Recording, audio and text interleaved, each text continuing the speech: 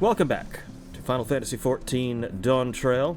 Today, we are going to begin doing the role quests for Dawntrail, because I finally have one of every role. Up to 100. Isn't that great? The question is, which one do we do first? Because right now, I'm sitting on, well, technically I'm sitting on Viper, Dragoon, and Monk. That's my DPS at 100. I'm probably gonna go Monk just because this is what I usually do. My tank is Dark Knight, of course. If you watched the playthrough or heard me talk about 14, you know I love Dark Knight. I love Monk and Dragoon. So for everything else, my ranged physical is Machinist. Figure I already had it somewhat leveled, might as well. My caster DPS is Red Mage, and my healer is Sage. So, you know what, let's do Red Mage first. I kind of dig this this outfit. Kind of dig Killer Ass Drip, you know what I'm saying? Got this really nice rapier. The fucking 92 sets of weapons, the Ruthenium, were so fucking nice looking. Got this like a really nice looking rapier, and then of course you have the Holy Hand Grenade of Antioch there. That's great. So that with it thou mayst blow thine enemy to tiny bits in thy mercy. Alright, so let's head over to Tulialal and let's get this started. Time for smooth jazz! Oh yes, I'm going to be live testing a flavor of something. So I've talked about these before. These Chester's fries, they're kind of like the handicap fries. But the flamin' hot version I love. I decided to try another flavor. This is ranch flavor. That could be hit or miss. I feel like this could be really.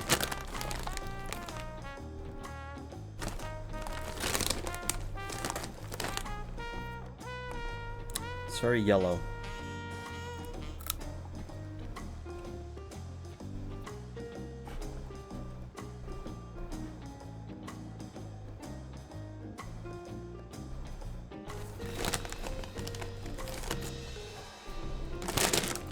I can't tell if I love it or hate it.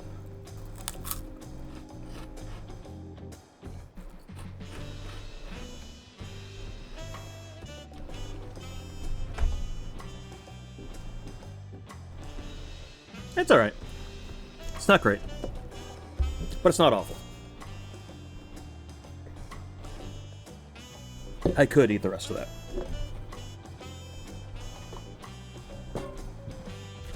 I was kind of hoping I would have a completely revulsed reaction that would be good for a clip, right? But no, it's just alright. But interesting that they would go with, like, because they have, like, the classic kind of, like, just potato fry. They have the Flamin' Hot. And then, like, I don't know, ranch seems like an odd flavor to choose. Like, I would think, like, flavors that would go above that would be stuff like, I don't know, sour cream and onion, barbecue, something. Where are these people? They're down. Oh, they're down to the taco place. But yes, I was kind of surprised that I was like a ranch. Guess I can give it a shot. Yeah, no, that's alright.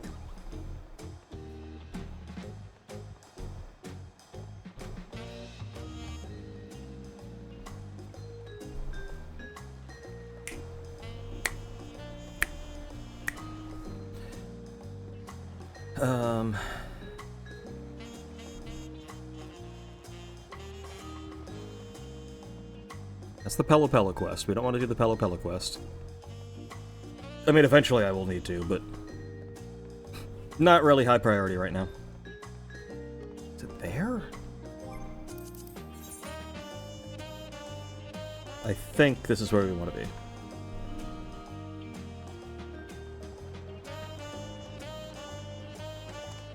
I think.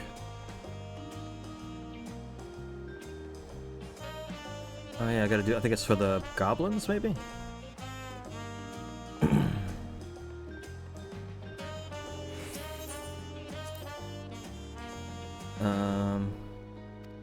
Okay. Where am I going here? Intrepid New Enterprise. Leaves of Tulialal.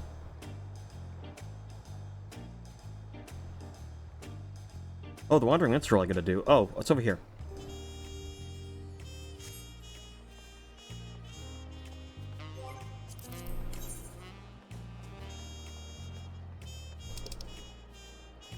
Okay. You know what? I should probably just grab this and move over there. I can also talk to the Wandering Minstrel, get the EX version of Queen Eternal. I cannot even begin to imagine what the hell Absolute Authority is going to be like in Extreme. Like, Jesus Christ. I have yet to survive that move in normal. And I've done that fight a couple times now. I always die to Absolute Authority. I have no idea how to handle that fucking move.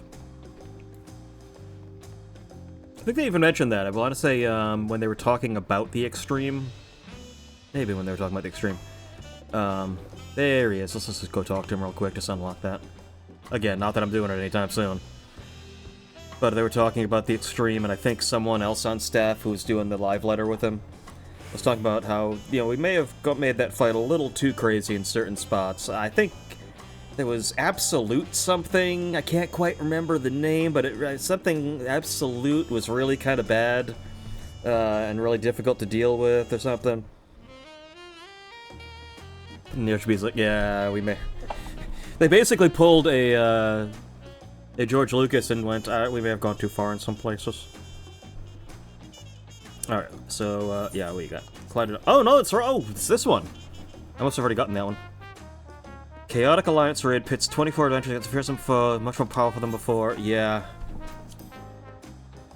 That's right, Cloud of Darkness. That one I might do, just because that one seems weird enough that maybe it's not the most absurdly difficult thing in the game. Doge Onuna's theme.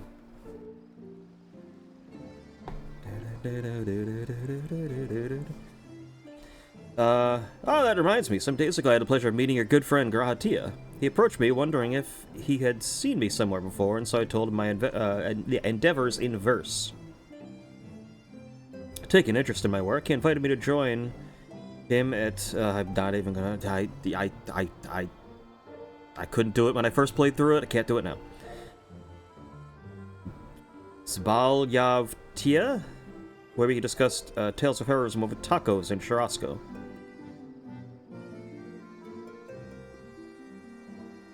Yeah, that's what we do. Shared a story especially close to his heart. Yeah, that's okay, so he told you about Cloud of Darkness, I get it. Excuse me. Okay, it's not extreme or savage, it's chaotic. I would be very curious to just see how that fight is, because it requires 6 tanks. I cannot imagine the tank swapping that is required if you need 6 tanks to frickin' do it, you know what I'm saying? Alright, so here's all the people I'm about to be speaking to as different roles.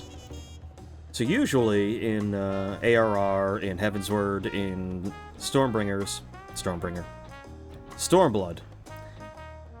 each class had its own quest that went through a certain, you know, progression of a story.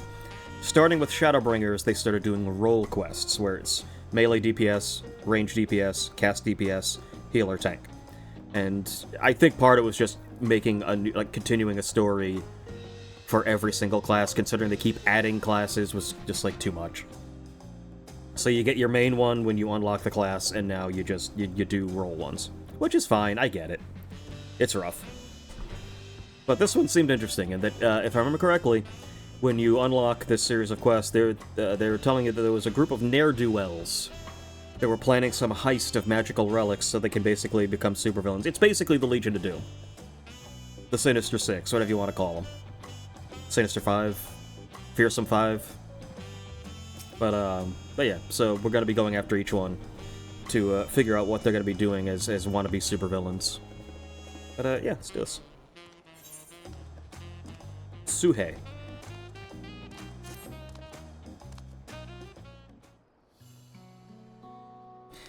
Oh, hello. Did Brook Evu send you to help recover the stolen treasure? That's right, they stole one from, like, each group that's part of Tulialal. That's right. Oh, thank the heavens. And judging by your accoutrements, you're learned in the arcane arts, yes? If so, we've need of your power and wisdom. Truth be told, it is wisdom that we require most. You see, even though the treasure has been guarded by our people for generations, we know little of its true nature.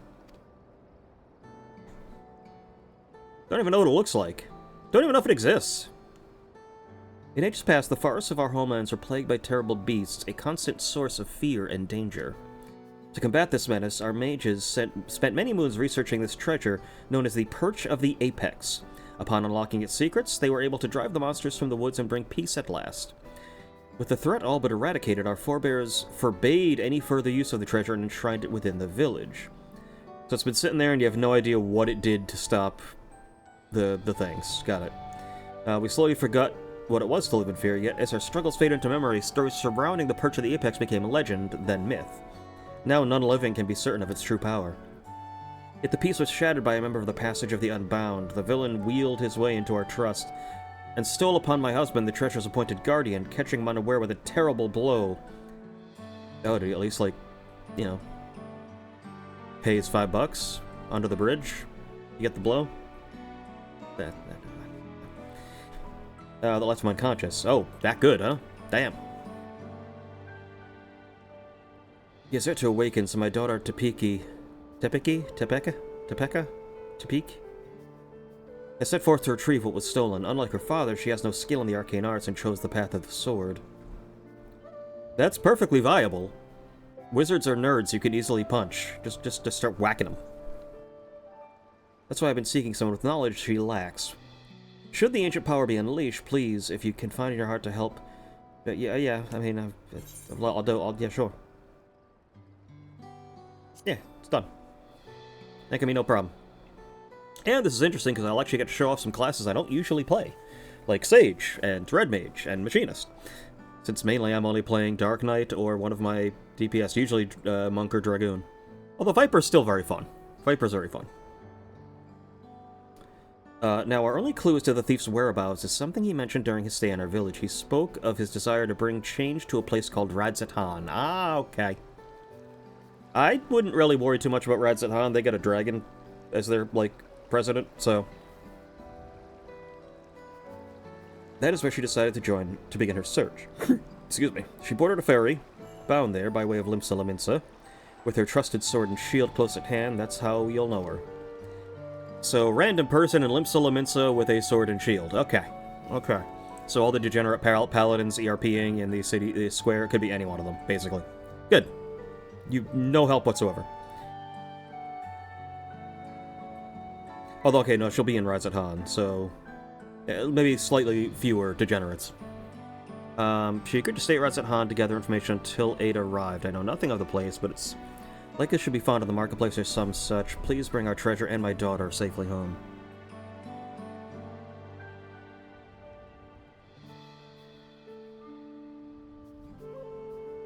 Let me see, I just gotta check something.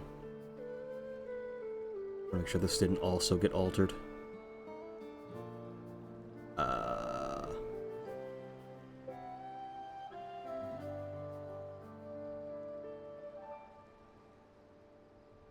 Okay, cool. No, we're good. We are good. I still say that reminds me of Groose. Let's go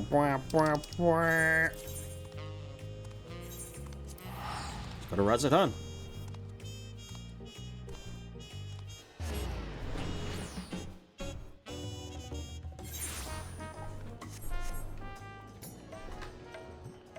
It's been a while since I've had to be here, if I'm being honest.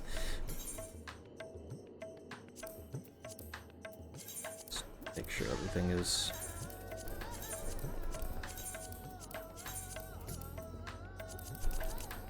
Alright.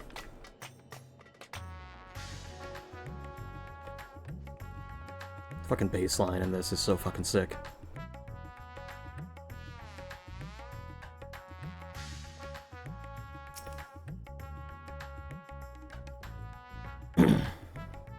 And they did just recently make a pact with Radzatan, so they've got pretty easy access now.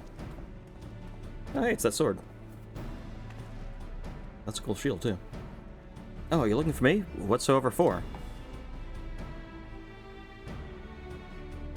Kilrath, and you say my mother sent you? I take it she's already explained the details, such as how we know next to nothing of the treasure and its capabilities. We only know the legends passed down through our forebears to go on. They speak of the Tural Vidral, of an owl that once terrorized the forests, whose soul is sealed within the Purge of Apex. So I'm going to be fighting a bunch of Tural Vidral. Like, each one is going to be bound to one of them, isn't it? The tales become more vague as the mists of time obscure the treasure's origin. Even our village's eldest remembers naught but an ambiguous warning uttered by those who once wielded its magics. The master of the Apex shall be showered with good fortune, yet leave only sorrow in their wake. That's a monkey's paw, okay. It's clear that despite owing our safety to the Apex's powers, our forebears viewed it as something to be feared. Must be truly immense. Now, on to the matter of the theft. Even during our brief acquaintance, he made plain his desire to bring change to Radzat Han. Naturally, I've started my search here.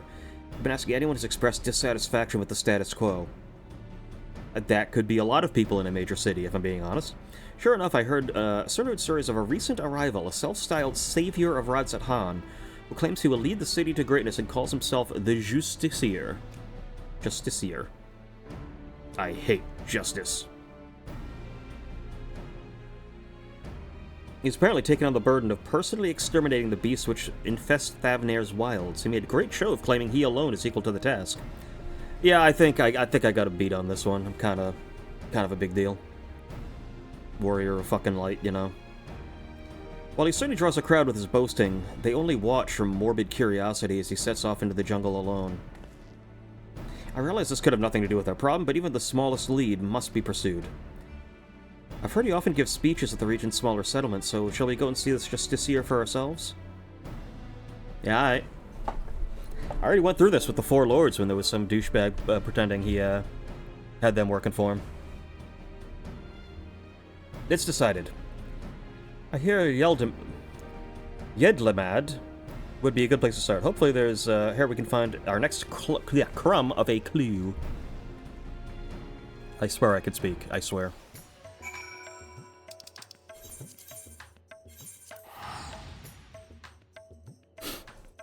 Pretty sure I have flying in every area too, so I think we're good there. So this should be relatively quick.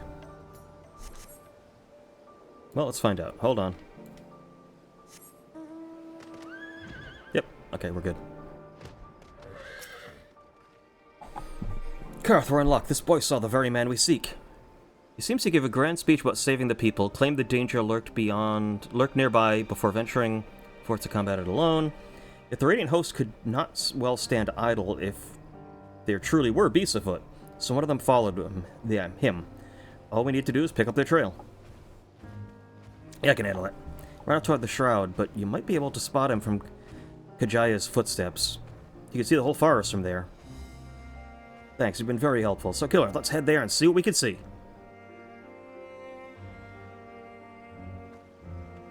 Oh, you're not accompanying me? And I will be able to talk to you at various points about different things? Oh. What a shame.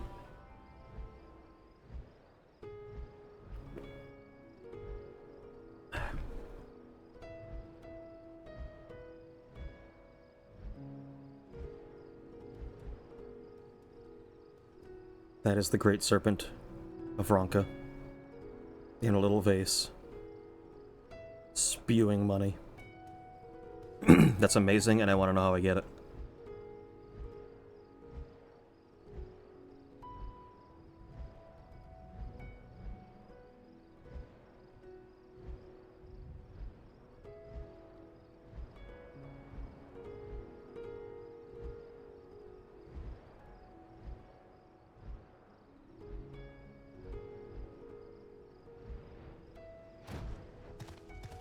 Aha! Now then, let us begin our search. Since I've never actually seen the Justiciar, I can only suggest we find a Radiant host soldier first. They all do wear similar armor, after all. Search your surroundings. Oh, we're doing one of these. Been a while since we've done one of these.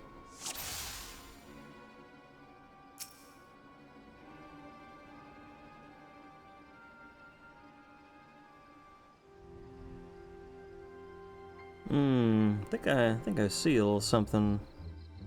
That isn't. Whatever it is, it's not moving anymore. It could be one of the fiends the Justiciar was after. That must be him, but what happened? We need to get down there quickly.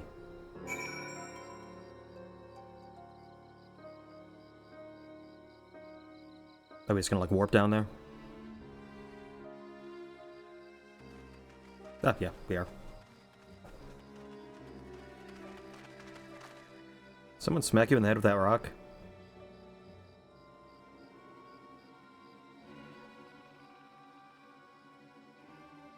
Not to worry, Kira, he's unconscious, but otherwise appears unharmed.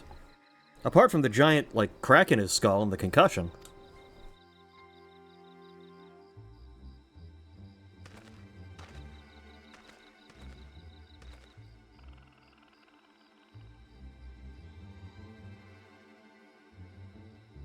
Well, clearly that's the owl.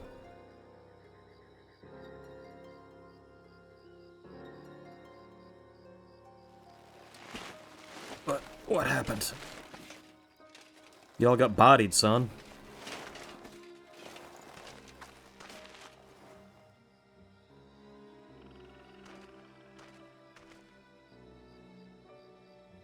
You got rocked. Literally. We heard you came in pursuit of the Justiciar. Do you remember anything? Yes, I eventually found him. He was confronting that fiend that now lies dead. Yes, that tiny fungus animal that I've killed like 4,000 of over, you know, the course of the game. Everything was sepia toned for some reason. I have some color blindness, you see.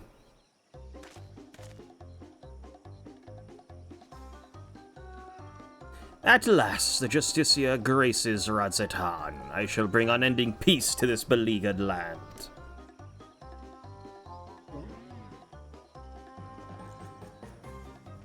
This mushroom frog stands no chance. He could have killed millions. You're brave to follow in my path. Few indeed possess the mettle to even consider the terrors which threaten our home, let alone stand against them. Yet courageous though you may be, you are far too weak to fell a beast so mighty. Quit this place with your life while you are yet able. It's like a frog, like a mushroom frog. I am of the Radiant Host. If I ran from such meager prey, I would become a laughingstock. How bold to look death in the eye without flinching. I doubt not your conviction to defend Radzetan, yet I believe it pales before mine. What's wrong with this motherfucker?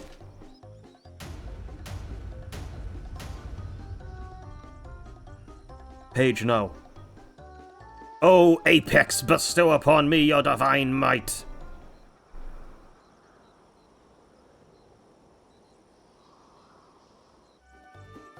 Did you clean it off after its last use? Do you not heed my call? I require your power more than ever. Is, something supposed to happen? Why, am I yet unworthy? Oh, mayhap there is a button I must press?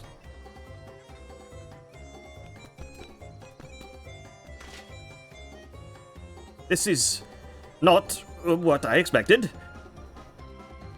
Stand aside, I'll dispose of this pest. Just give me a moment. It cannot end like this. I won't be made a fool. Come on, you moldy trinket, work! Transform me into the hero of Radzetan!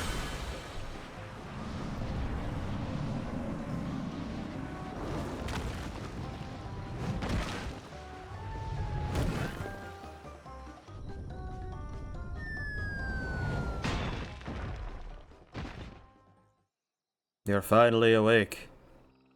You were caught trying to cross the border.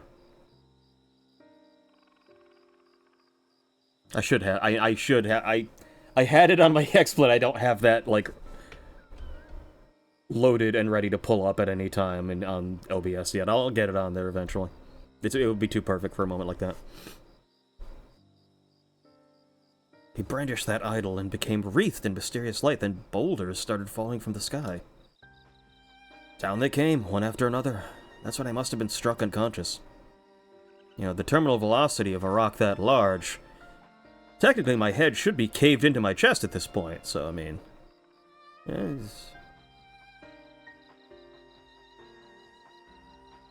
Miracles happen every day, am I right?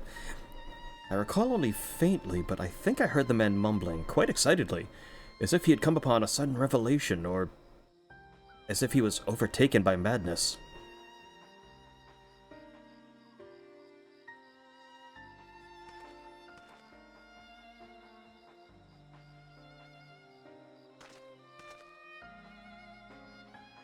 Seems he got away unscathed. Either he had an incredible stroke of luck, or whatever he was beseeching to actually answered. Yeah, I mean, probably. Then it's as I expected that Justiciar is the self-same thief who stole the perch of the Apex. Forbidden butt plug. But no doubt he's long departed from here. First I'll escort this fellow back to Yedlamad. And keep a close eye on him. Head wounds can have dreadful after effects. Wow, they're actually going into CTE. Good.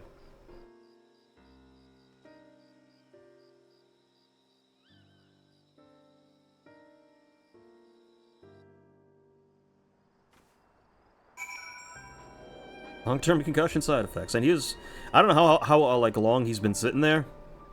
But if he's been, like, out for any more than, like, you know, a couple seconds, like, that's super bad for you. Should probably see a neurologist. Or a chirurgeon.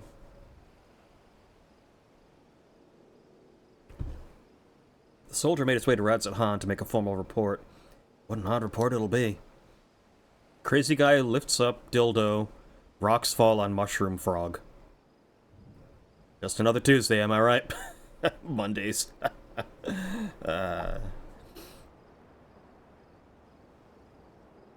Anyway, I'll report to our Dragon King. His account seems to align with Legends of the Treasure's power. The wielder escaped unharmed, then brought ruin to those around him. Could those falling rocks have been a freak accident? I'm not so sure. You won't believe it, he came back! Well, now he's, like, even more sure of himself. The fucking dildo just enabled his fucking delusions. Who came back? The Justiciar? Yes, not long after you left. He said he beat up a monster that knocked out a Radiant. He was laughing his head off. Did he really do that? Is he really stronger than the Radiant? He got lucky, kid.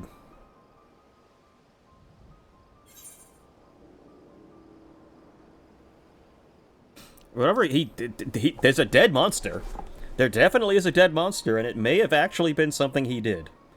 Well, my mate can't stop talking about him. He wants to be just like the Justiciars. Mom and Dad weren't happy about that, though. You know, raving lunatic. Yeah, running around with a wooden dildo. Probably not the best person to try to emulate. So your friend's parents, they're good people. I advise you and your friends to look for a different role model, but we thank you for telling us what happened. Like, I'm standing right here. I'm pretty badass. I could be a role model. Well, there is one less fiend sulking about, I suppose, but he may have been simply testing the treasure's capabilities, and as far as I know, he's yet to use its power to evil ends.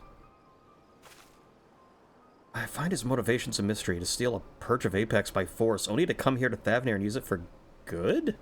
Makes no sense. You've heard tell of this passage of the Unbound, yes? Many have ventured to Tulialal claiming to be their victims. Yet, here they would be saviors? If he had such noble goals, why did he stoop to such devious deception? What could he be plotting? I mean, it could just be the get in with everyone's good graces, say, I'm your savior, here, give me a whole bunch of money, and I'll take care of your problems, then he just fucks off. That's neither here nor there. He stole from my people, and that misdeed can't be forgiven. The Perch of the Apex helped us win peace. By its might, our forebears built the foundation of the lives we now lead. Until recently, it stood silent, a symbol of our pride as a people. It reminded us that we carved out a home within that inhospitable wilderness. Being trusted with the protection is a great honor. I'm so proud of my father when the elders chose him. So proud to be his daughter, and then he fucked it all up by being a moron. Yet since the day it was stolen, some of the villagers made their disdain toward him only too clear. I couldn't bear it. That's why I must get it back, to restore my village's pride and my father's reputation. There's still so much we don't know about the Justiciar, but we have to assume he's learned to wield the Apex's power. Can't say whether those falling rocks had anything to do with it, but I won't discount it outright. I'll continue looking into his whereabouts. While we still have so many questions, with both of us working together, we'll find answers soon enough.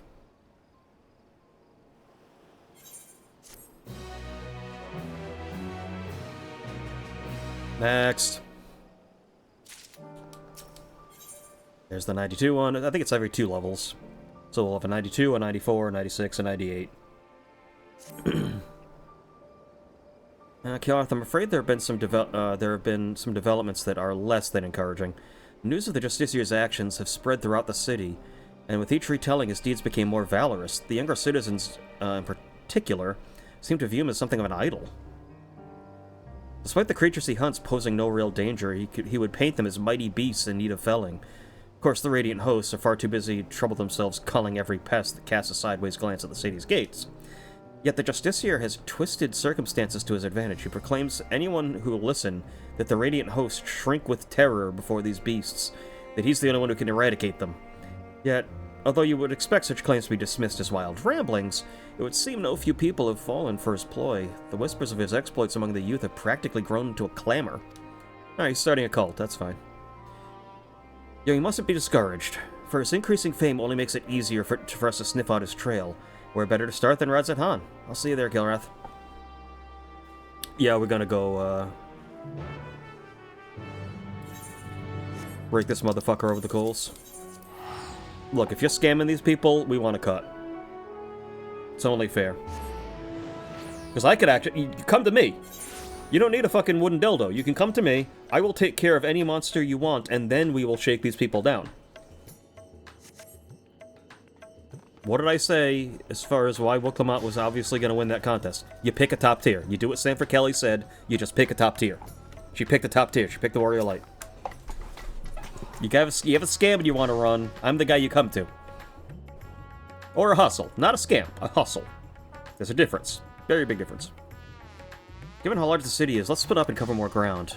I already have a destination in mind, the High Crucible. I hear the alchemists there concoct all manner of tinctures and powders, including those which help detecting trace energies left behind by magics and enchanted tools. Falling rocks have invariably marked locations where the Justiciar was performing one of his feats, and I believe an alchemical mixture can help us determine if their presence is the work of the treasure. So is that like all he does with this thing, is he just drops rocks on people? I'm hardly an expert in such concoctions, though, so I'll seek advice at the High Crucible. While I'm doing that, why don't you go ask around the Hall of the Radiant Host, see if they have any new information on the Justiciar's whereabouts. Does that plan sound agreeable to you? Yep, works for me.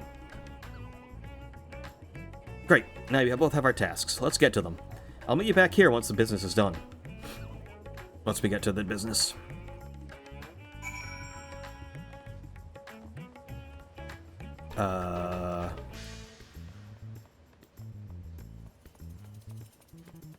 Listen to that bass. Damn.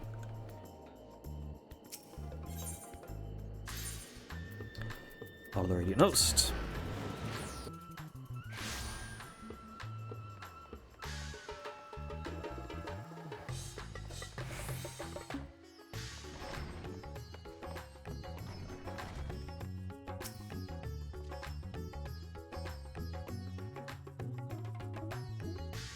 I'm tired of hearing about this Justiciar. His popularity among the city's younglings is quickly becoming a cause for concern.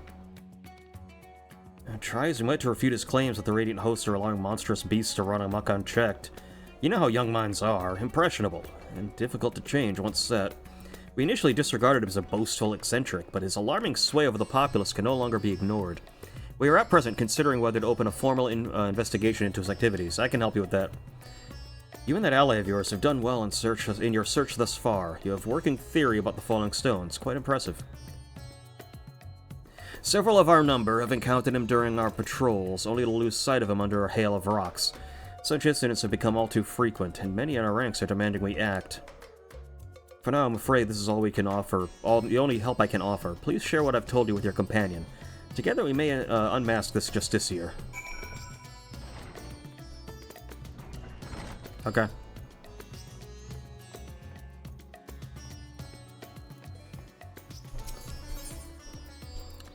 Back here.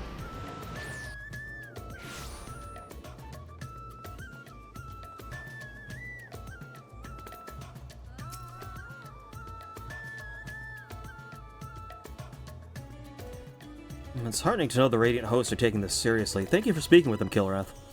I have good tidings, as well. I explained the situation to the alchemists, and they provided a powder that should help detect traces of magic in the surrounding environment. I say help because the powder reacts only faintly on its own. To function properly, it requires the skills of one practiced in the arcane arts. Luckily, I have you. Yes. Very, very skilled. Definitely did not just, like, level this from, like, 90 to 100 in, like, a couple weeks. And barely have touched it since. Or before. Yeah. I committed the locations of all sightings of the Justiciar to memory, and the closest was the perfumed rise. Let's hope this powder works as intended.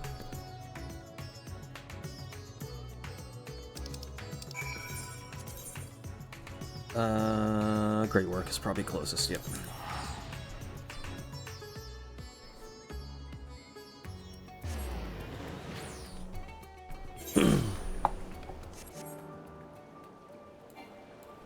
See what we get. Oh, one of the Gwibbers. Okay. I still need to get the rest of the Gwibbers. Can't remember which ones I'm missing.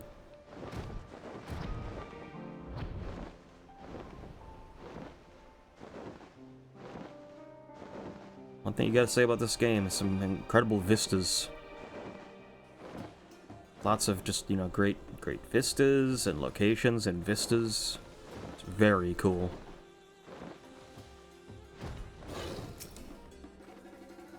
The Justiciar was sighted near here, and I didn't see anything, any other conspicuous stones around, so I sprinkled some powder over this one.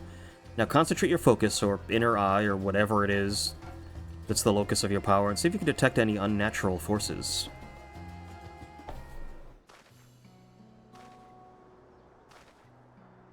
Just put the black light on it. Ah, it's same it everywhere. Oh god. It's filthy.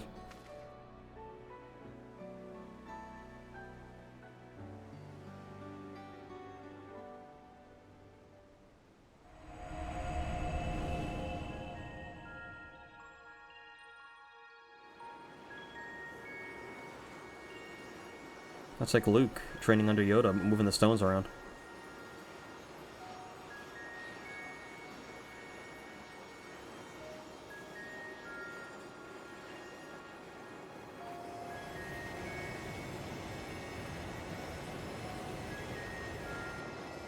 Is that good? Is that what we want?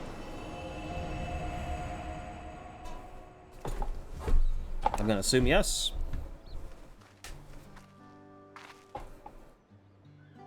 So, are you able to detect anything? Yes, apparently. I knew you could do it.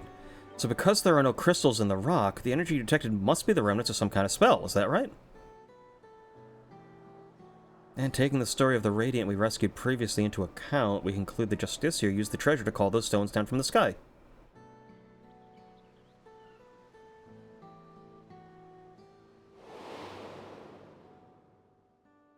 At least now we have an inkling of its true nature. Even so, not every question has been answered. The Radiant told us that even the Justiciar stood before the creature, he seemed to have trouble calling forth the Apex's power at first. My father once said the perch of the Apex is much like a wand to use to weave his magics. Of course, the main difference between them is the unique nature of the essence stored within the treasure.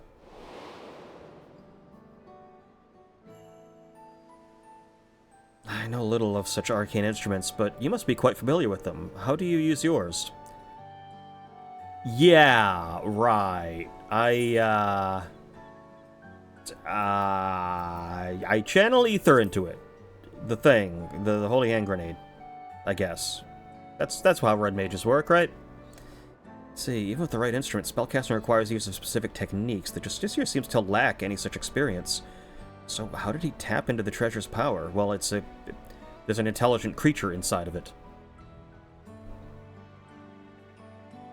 I mean, when you're dealing with an intelligent item, you don't need to have any fucking skill. It's, if you can get the item to help, the item will help. This says you are streaming Final Fantasy IX, The Death of a Franchise.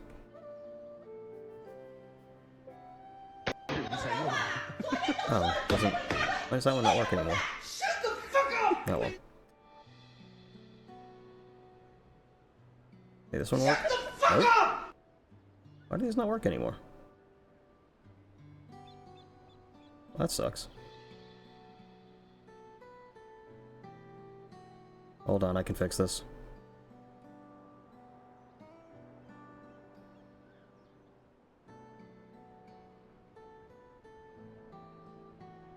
Shut the fuck up! There we go. That's what I was trying to post. OBS. Oh, OBS. Anyway. I suppose the perch of the Apex possesses some unique method of activation. Yes, he has a fucking intelligent creature inside it. You just have to make it happy. When I spoke to the representative of the other tribes about their treasures, no one mentioned special techniques being required. Not that the relics should have much in common to begin with.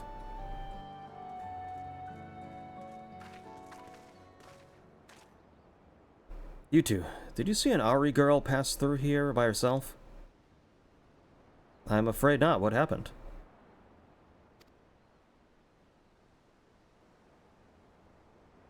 Wait, I recognize you both. The hero of the final days and our recent visitor from Tyrol. Apologies for the imposition, but may I beg your assistance? You know, savior of the universe? Yeah, can you help with the simple missing persons case? It's all that Justicier's fault. The girl said she was off to join the Fool's Crusade and ran out of Yedlimad before anyone could stop her.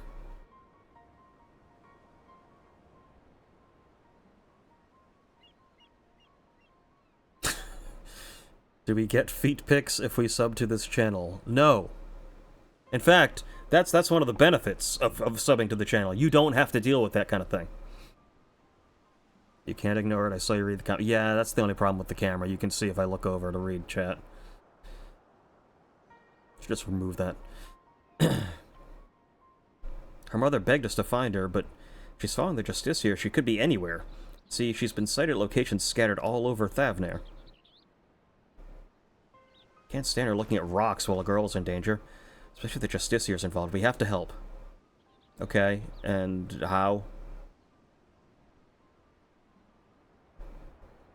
What if I said feet pics, but it was someone else's feet? Like, what if it was like a dog's feet? Like, just some paws. Like little cat beans. That, I see, I would rather have that.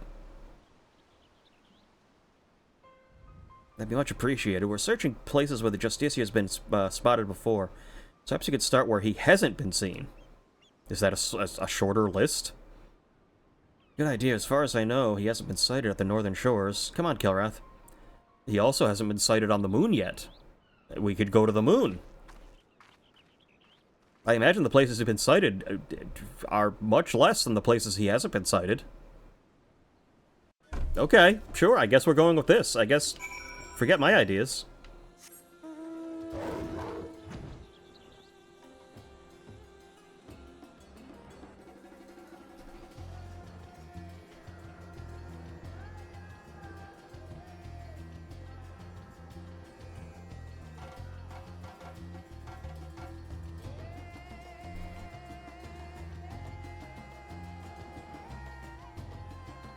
Is that the dragon from Elena on Disney Channel? I don't know what Elena is. Wait, do I? I might know. I have nieces and, I have a niece and nephews. They watch Disney Channel. I may have seen this at some point when I was visiting them. Your Disney card is invoked. If it's something super new, I probably would only have seen it... Oh, I'm looking for something in this area. While I was, you know, helping watch them.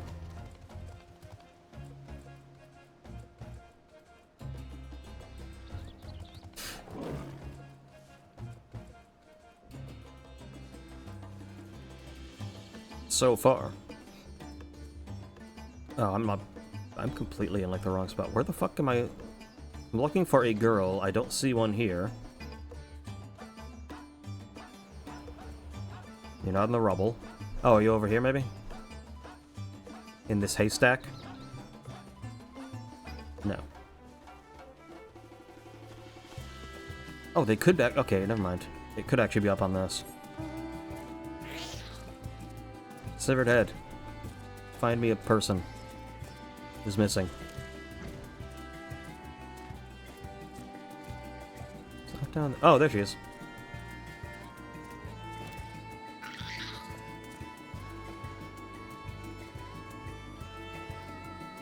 You're looking for a girl, but no girl is looking for you. Story of your life. Maybe if she's German. Oh, right, I forgot I'm playing Red Mage now. So the whole thing with Red Mage is you cast spells that are both black and white. And you can see on the right there, I have this. This is basically, I have 21 white, 22 black. Every time I cast a white magic spell, the white goes up. Every time I cast a black magic spell, black goes up.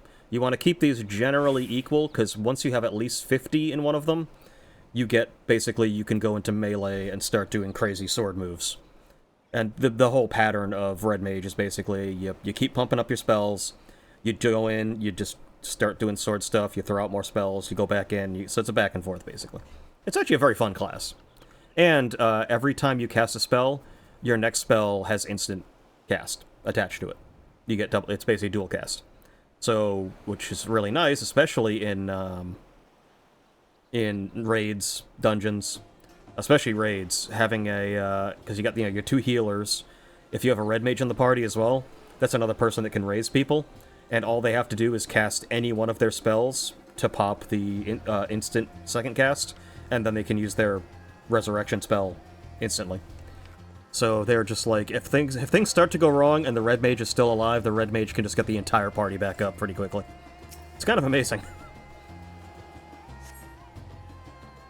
Yeah, you probably shouldn't have been fucking with those walruses. Put that out of the way. I heard fighting, so I came as fast as I could. It's a good thing you arrived time to save the girl from the walruses. They were just kind of standing there. Thank you, mister. Thank you. I'm glad you're safe, but your mother must be worried sick. You shouldn't have wandered off like that, especially not looking to look for some trickster like the Justiciar. What? You mean he's a bad man? Yeah, you don't want to go near him. He'll rape you. I don't appreciate being called a rapist. Then don't rape. Yes, exactly. He stole an important treasure from my village, and now he's using it to make himself look brave. But he needs it to kill monsters to protect us. Motherfucker, I saved the goddamn universe. I could take care of any monster you need. That's no excuse for stealing. He might have fooled you younglings, but the Radiant Host know what he's up to. They're gonna string him up by his Achilles tendons and beat him to death with hammers. But he said he'd save us from the monsters. He's our hero. The Radiant said we shouldn't be scared, but we all know the Justiciar is the only one keeping us safe. We don't need the Radiant anymore. They'd be very upset to hear no hero could save the world alone. Yeah, that is something Warrior of Light would say. Say the line, Warrior of Light. For those we have lost, for those we may yet save. Yay! I'm sorry, I shouldn't say bad things about the Radiant. They'll execute me. They protected everyone in the final days. I guess I forgot how much they care about us. Yeah, kind of forgot about that whole end of the world thing.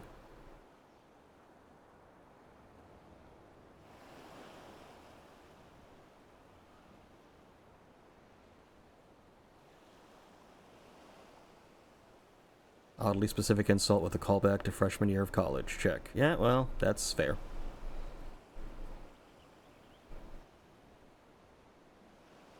I'm sorry, too. I shouldn't have spoken to you like that before. Like, after you've been through... No, whatever. Like that. After all you've been through. There we go. I can speak, I swear to God.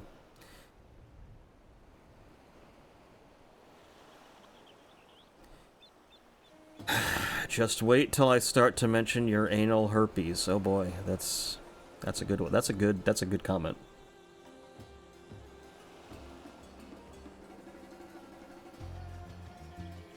The scary thing is, I still in my head I'm like, if this had a big enough community and audience, I would need mods, and I would probably consider modding you, despite comments like that.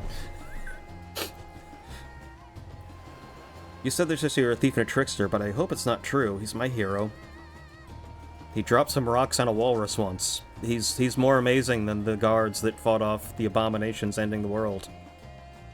I best escort her back to Yedlimad. I'll meet you there.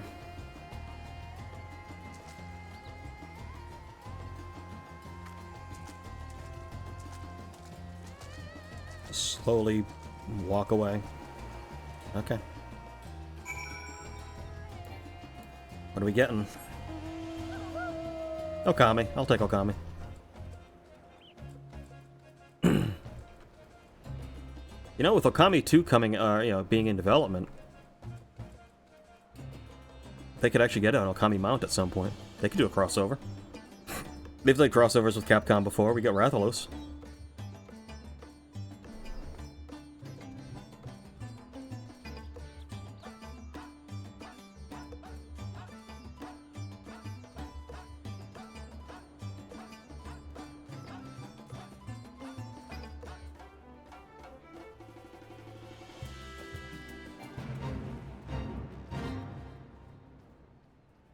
Oh, you're getting fucked up?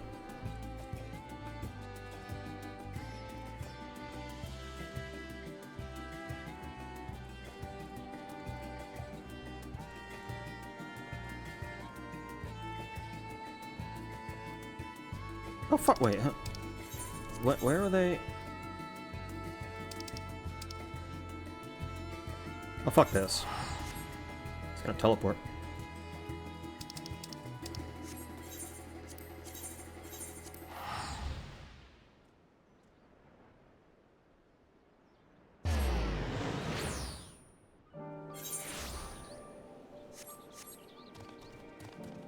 Where the fuck is you? Is you.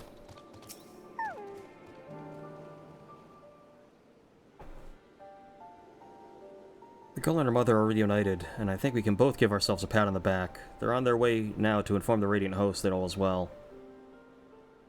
I would like to apologize for before. I let my emotions get the better of me. And harangued? Harangued that poor girl? When she was hardly to blame for anything. I really should have been scolding myself. No, she was a dumb bitch. Fuck it. Couldn't decide whether I wanted to say broad or bitch, and it came out bitch. You also had homework this past weekend. I did indeed listen to the album. It was alright. It was alright.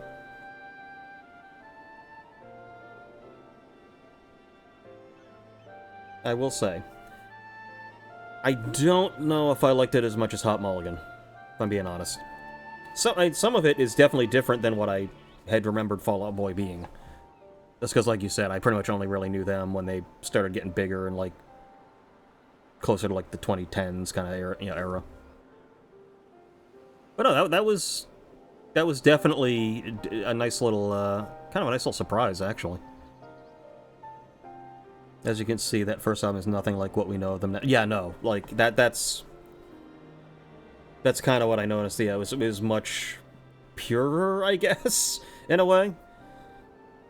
And that was kind of that was the style at the time, was just the raw, kind of unfiltered sound.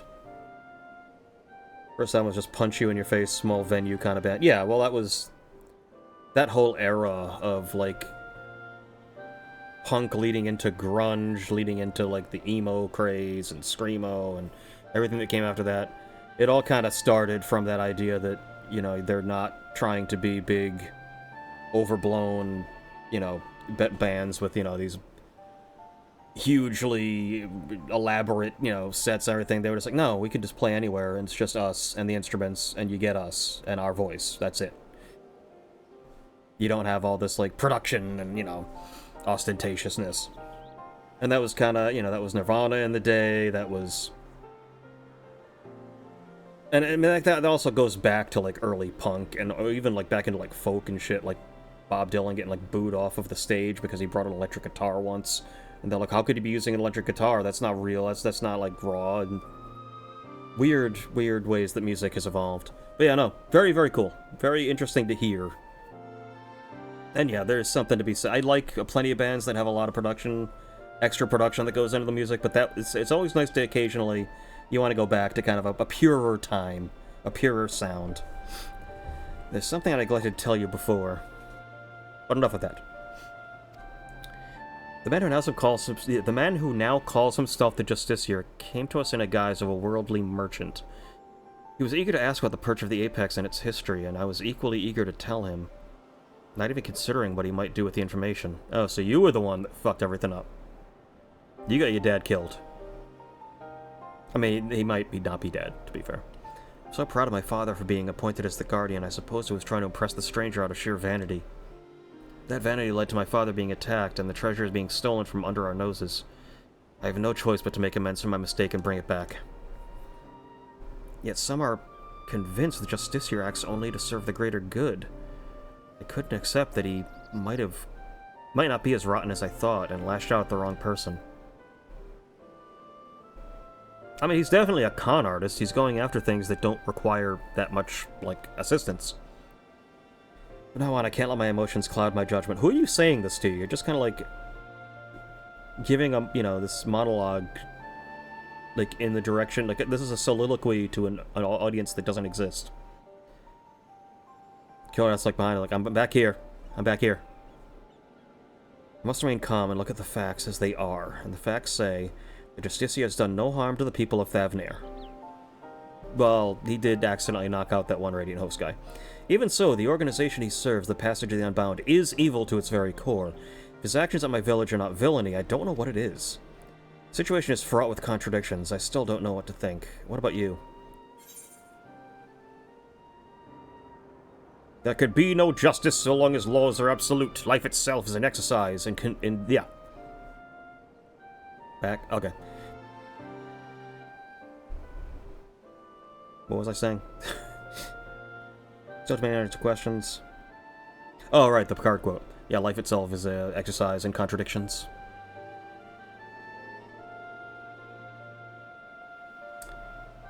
His actions are stirring unrest. That's true. That's true.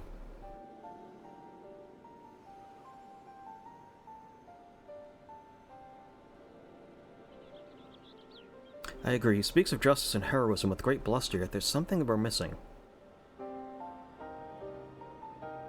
Thank you, Killer, for your wise words. Sometimes I find it difficult to keep my heart from skewing my perspective, so I'm grateful you're here to see them clearly.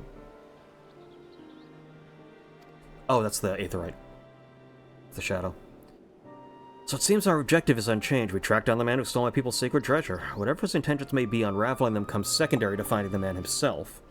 I'll continue to pour every effort into the search, so stop by from time to time when we have something new to share with you.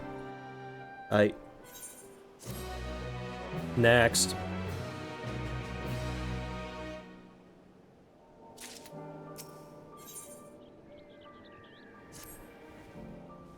Garth, hope you've been well. Since last we spoke, the Justiciar has been busy felling fiends all across Thavnir, leaving a trail of witnesses behind him in his wake.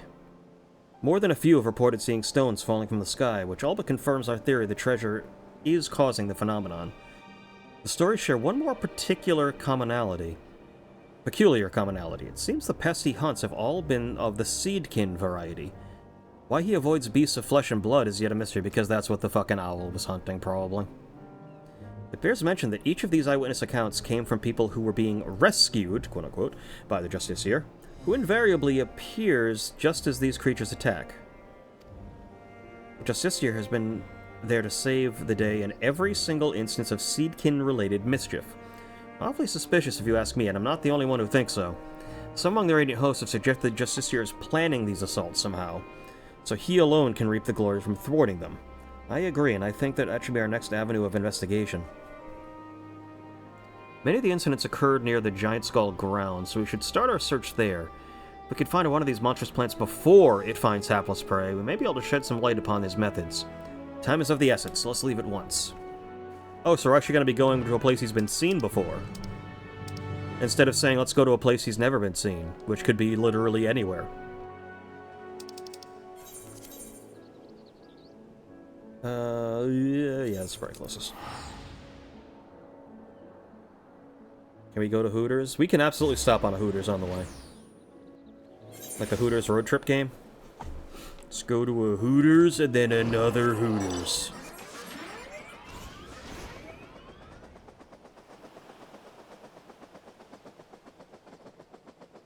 You know Hooters had an airline for a couple of years? Like all the stewardesses were just like Hooters girls. That like lasted like 2 years.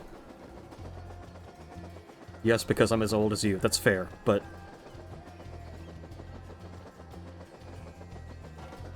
it didn't last long.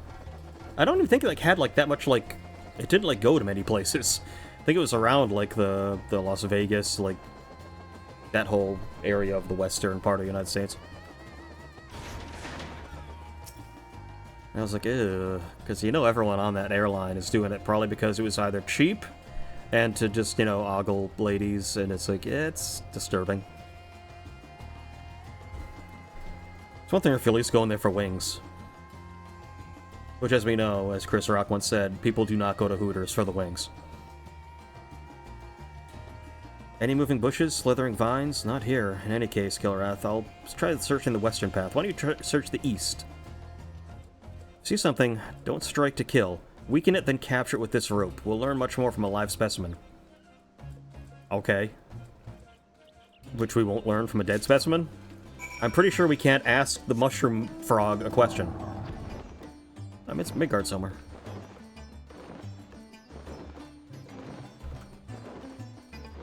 I haven't been to any here in Florida. I would imagine Florida is one of the epicenters.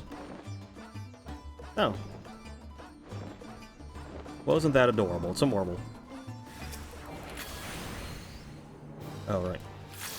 I keep going into my fucking rotation, like, assuming I'm fucking playing, like, Monk again.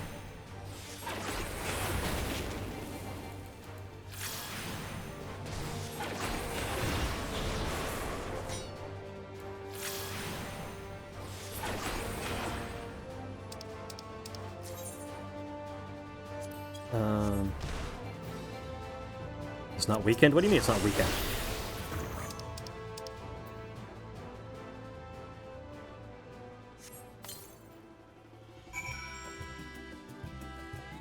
Alright. Where are you? You're over here. Oh, okay. Pretty sure God wants the one in Warwick gone as the rat infestations and roof caving in and the time it burned down. There were signs. That's all within 3 years. That's very true. That happened.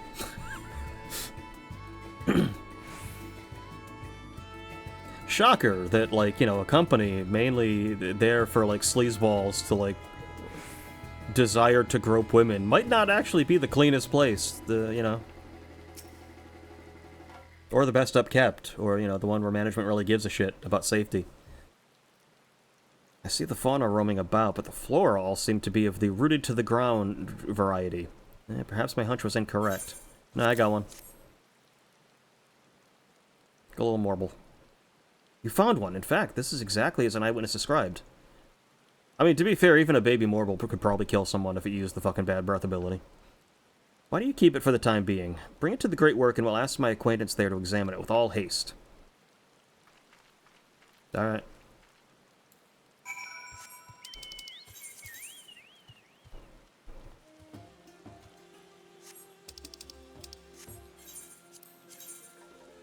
Oh, I thought they meant the fucking one in the city, the fucking crucible.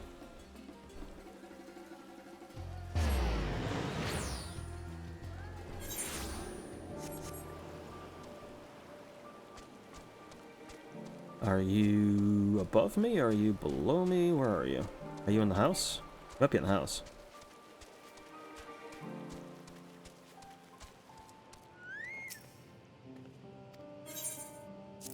There we go. Just kind of like nuzzle into my bosom there. Just get your face right in there. Oh, I didn't expect it to be so diminutive. If Mr. Topiki's intuition is correct, then I expect some sort of interesting discoveries are in store. Oh, are we gonna find that this thing is also, like, controlled by the magic or something?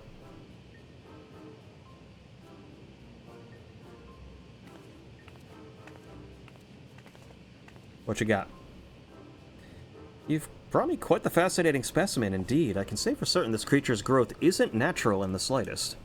Biologically, it's still but a seedling, but as you can tell by its size, yet it is the result of a specific alchemical mixture with which to spur the growth of seeds and mycelium to an unnatural degree. The agents have a side effect of making the creatures more aggressive, which explains why such a small specimen was so boldly attacking beings larger than itself. Oh, it's the Night Howlers from Zootopia. Got it. Yet the solution requires ingredients most rare. The cost of procuring enough to synthesize would be beyond the means of most. So whoever behind this, they are likely well healed.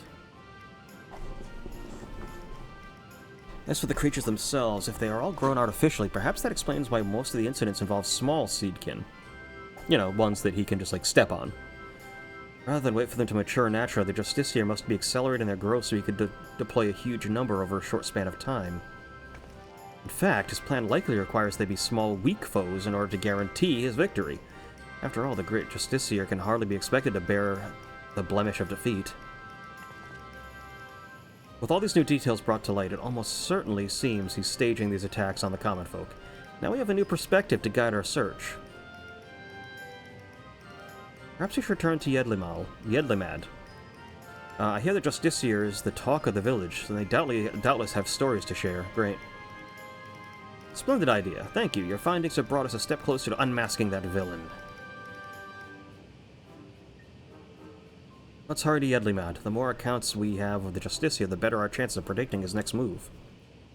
Or we literally just find him, like if we know, we just have to know where he's gonna, like, give a speech. Just go there, grab him. Actually, wait, where am I? That's the mana cutter. That's a sword. Like, we literally just shake him down. I grab him by the neck, put him up against the wall.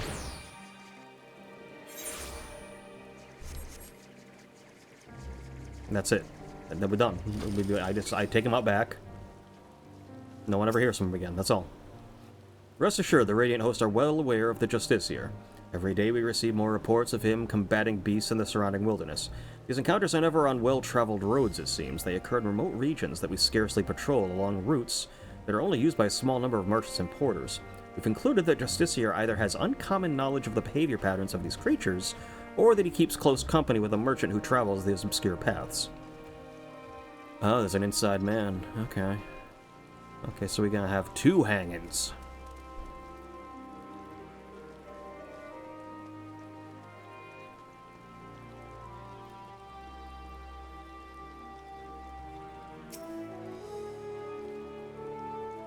Oh, you're hungry to learn more of the Justiciar. He's amazing. I was lucky enough to catch a glimpse of him on the road leading here, facing down some fearsome creature.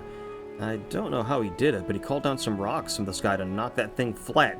Radiant hosts are away on patrol, so if he hadn't come to their rescue, that brute would have marched right into our homes.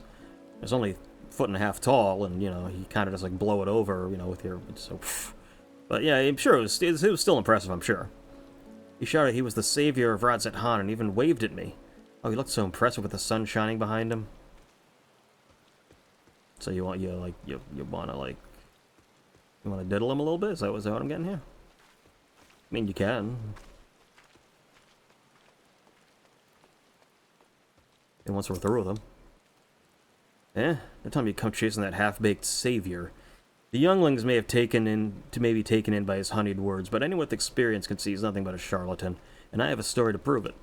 A merchant I know took a tumble as he was transporting his goods. Not long after, here comes the Justiciar, looking chivalrous as you please in his shining armor. But did he offer a helping hand? No. Ran off with nary a glance backwards. He may go about slaying beasts, but a real hero would never ignore someone in need. Even if they were just suffering from scraped knees and bruised ego. Not the most compelling evidence. I was hoping, like, you saw him, like, mumbling about how he was, like, scamming everyone. That would be helpful. No? Just, okay. No, that guy's a dick.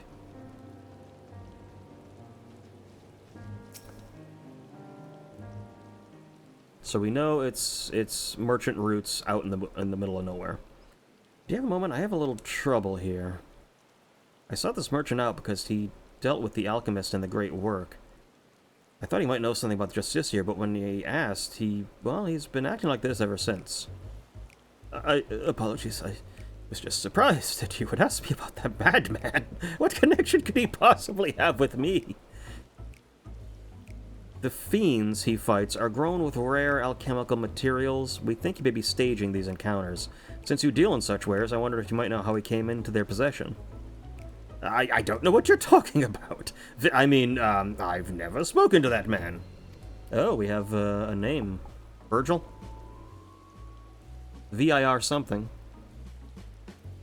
I very much doubt that. Perhaps I'll be more receptive to questioning from you, Kilrath. I'll put the boots to him, medium style. Seems to have infinite knowledge of trade routes and alchemy. Who taught him, I wonder? We need Hildebrand here, we'll figure it out. Or hard-boiled. Come now, any merchant with a nose for profit has good relations with the alchemists.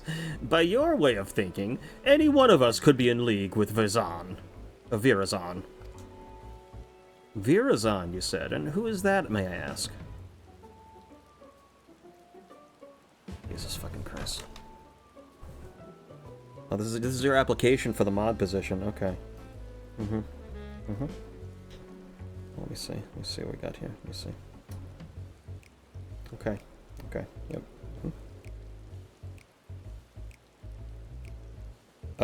Okay, so I see a Freddy Krueger shirt with Lincoln as Freddy Krueger and a kilt. Yeah, you got the position. Yeah.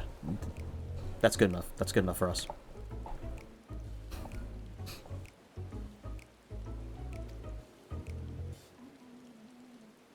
Don't even need to ask a question. As soon as someone walks in with that, I'm like, you know exactly what we're about here. You are exactly what this community needs. The adamantium skeleton clothes. I did. Look at the shirt again. Well, it's Freddy Krueger with adamantium claws, but it's Lincoln as Freddy Krueger.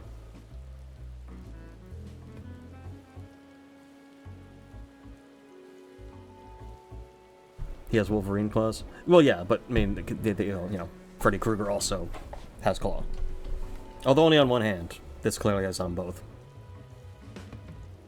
What did I? No, that's my name. Oh, she about to choke a bitch.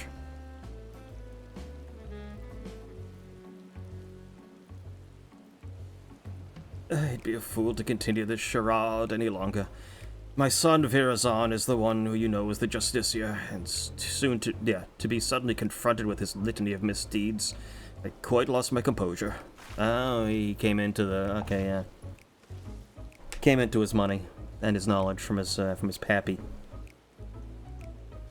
This guy's like the Elon Musk, horribly incompetent, but he got a lot of money from his parents. You're his father? Then do you know how he came into possession of such rare materials and knowledge? Yes, I sell them. You just said it.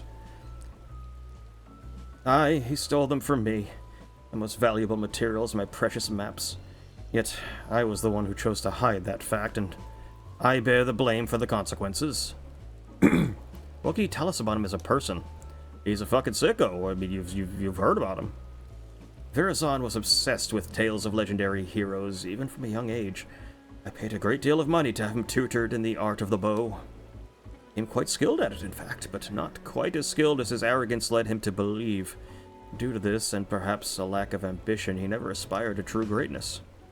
Instead, he came to rely upon the fanciful equipment and exotic potions rather than honing what skill he had.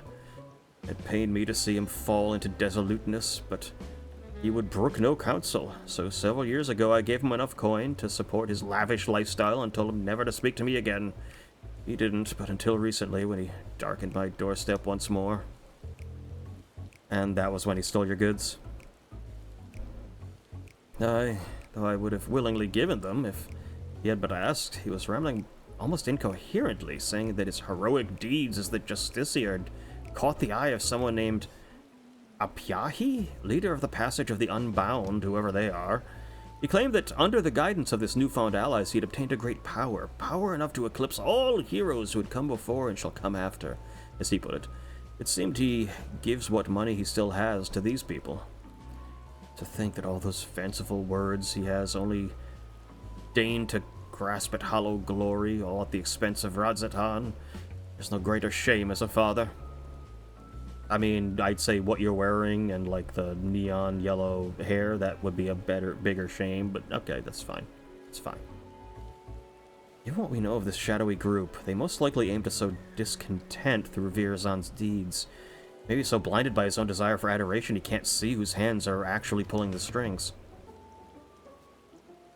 You're saying that he's being used? If that's true, then I can no longer remain silent, despite what shame it may bring. I see now that sharing my story might be the only way to save my son. Give me back my son! Indeed, I suggest you tell the Radiant Host at once. Of course, we'll be pouring our every effort into stopping him. Thank you for giving me direction. I didn't imagine our meeting would end this way. I was actually planning to shoot myself. I guess I won't do that until after I give them the information. Bye!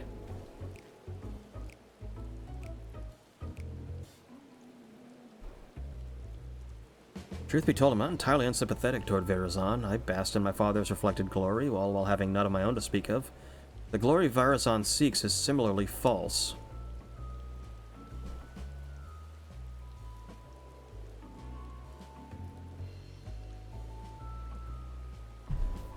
Never put off tomorrow what you can do today, including shooting yourself. I mean, you know?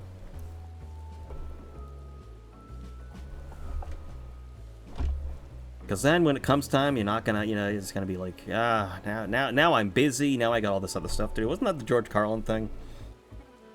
How he can never, like, kill himself? Who has the time? You know, plan out how you're gonna do it, then you gotta write a note. And describing his suicide note, like, hello, how are you? I hope you're fine. I am not fine, as you can likely tell from my body hanging from the rafters. There's errands involved. I am not fine. Yeah, that's the part. That's the part I remember. I can't remember if that was specifically. No, that was a live bit too, but I think it was also in one of his books, if I remember correctly. I too shall visit the Radiant Host and spread word of the Justiciar's true nature. If the people are wise to his trickery, they'll be more likely to aid us. We'll soon learn that the legend built on lies is no match for true heroism. Because, I saved the goddamn universe, kind of, come at me again, just kind of throwing that out there. Oh, voice started working. Greetings, Kilrath. Virazan's father has been good to his, as good as his word. He has confessed to the truth of his son's actions to whoever will listen, and he hanged himself. Although it may not have been out of shame, it may have been the, the David Carradine route. He died of autoerotic asphyxiation. Not sure if you're aware of that. Very embarrassing. Which is why I don't bring it up often. It's too embarrassing. I try not to get hung up on it too much.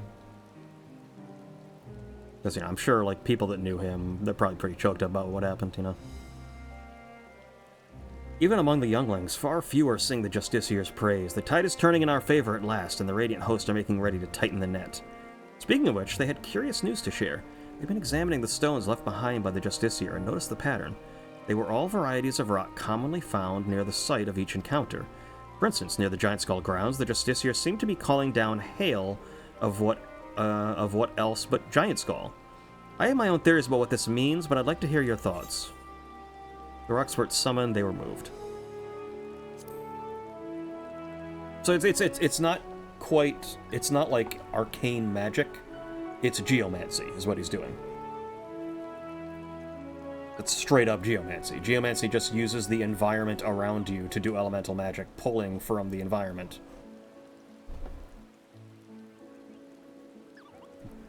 Don't jerk me around with that story. Hey, I wasn't there. I can't, you know, say everything. You know.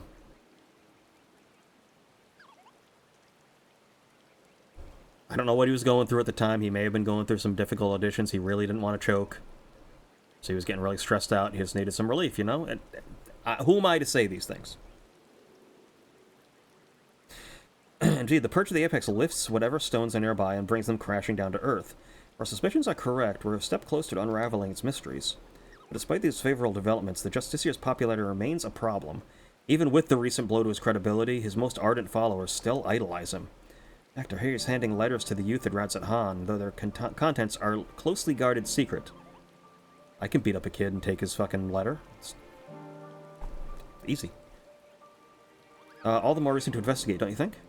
Once we get back to Ratset Han, if I question people around the marketplace, could you cover the city's western quarter? That's where his younger followers tend to gather. After you've collected enough information, let's meet to share our findings. See you again in Ratset Han, Kilrath.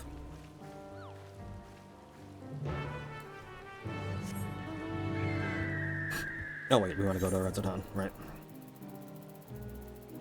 Right. Il Sabad.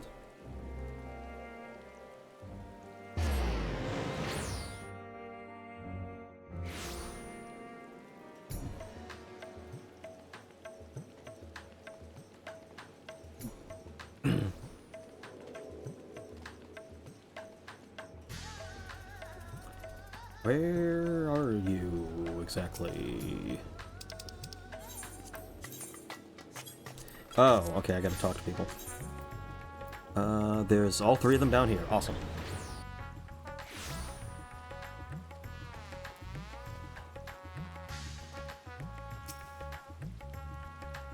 Justiciar gave me that invitation himself, only for some thief to snatch it right out of my hand. You believe in the Justiciar too? Well, I didn't have a chance to read the whole letter before it was stolen, but he's gathering his most devoted for a special audience. Bastard who stole my invitation is clearly up to no good. I'm muttering something about getting revenge, but who could hate someone so noble? Uh-oh. Justiciar may be about to be Luigi Mangione. Oh, you're the one who's always following that Tapiki around. I heard she's spreading rumors about this city's savior. I won't let her harm his reputation any more than she already has. I've got nothing to say to her lapdog. You wanna die? This sword's bigger than you. Think about that.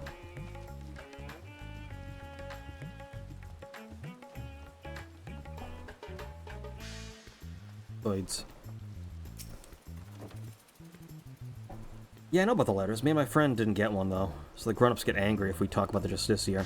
But guess what? I heard Zashal talking about him over at Miridae's Mayane.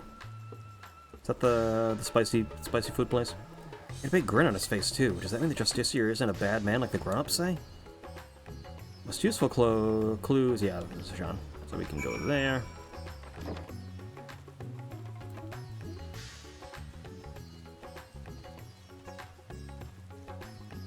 Fucking Soken, just never fucking failing when it comes to the music in this game. And the motherfucker can use just effortlessly throw different styles in there. You want some metal in there? Okay, have some metal in there. You want some classical? Have some classical. You want some jazz? Have some jazz.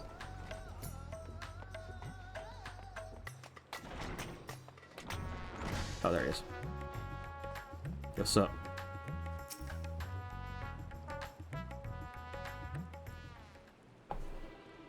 Zell? It's true what they say. Fool and his gill are soon parted. Oh. Why, it isn't one of the heroes of the final days. This isn't about that map I sold to your companion, is it? Actually, no, that worked out super well. We were okay with him getting ripped off that time. You'll find it points the way to the vaults of Al-Zadal III, exactly as I described. I may have employed a few creative methods to entice my customers, but what merchant doesn't? Oh yeah, no, that map was totally legit. That actually helped us have a whole adventure and another plane of existence. got to fight fucking Final Fantasy IV enemies. It was awesome. So we should be, thanking you for that. That said, you still rip Justinian off, but everyone does, so it's not that difficult. It's actually kind of hard not to have him. You could have said it was worth 10 gil, and he would have given you 40,000. I mean, he's not that bright when it comes to money. You're not. But of course! Why would you be? Well, what can I do for one of our most vaunted heroes?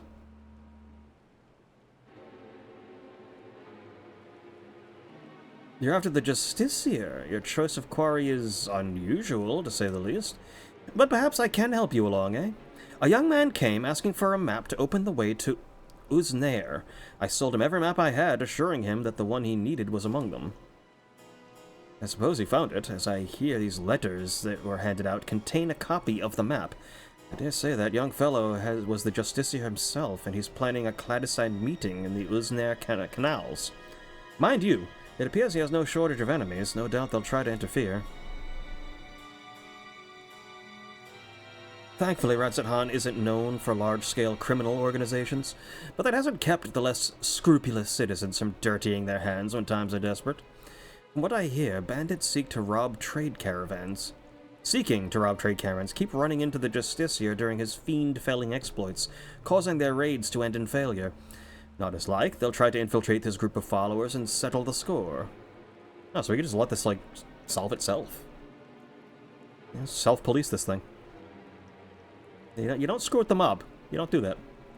And that's where my knowledge of the matter ends. If you're wondering where the meeting place is, all I remember is the spot marked on the copied maps is somewhere in the Shroud of the Samga. So does that answer your queries? Off to Epstein Island, then.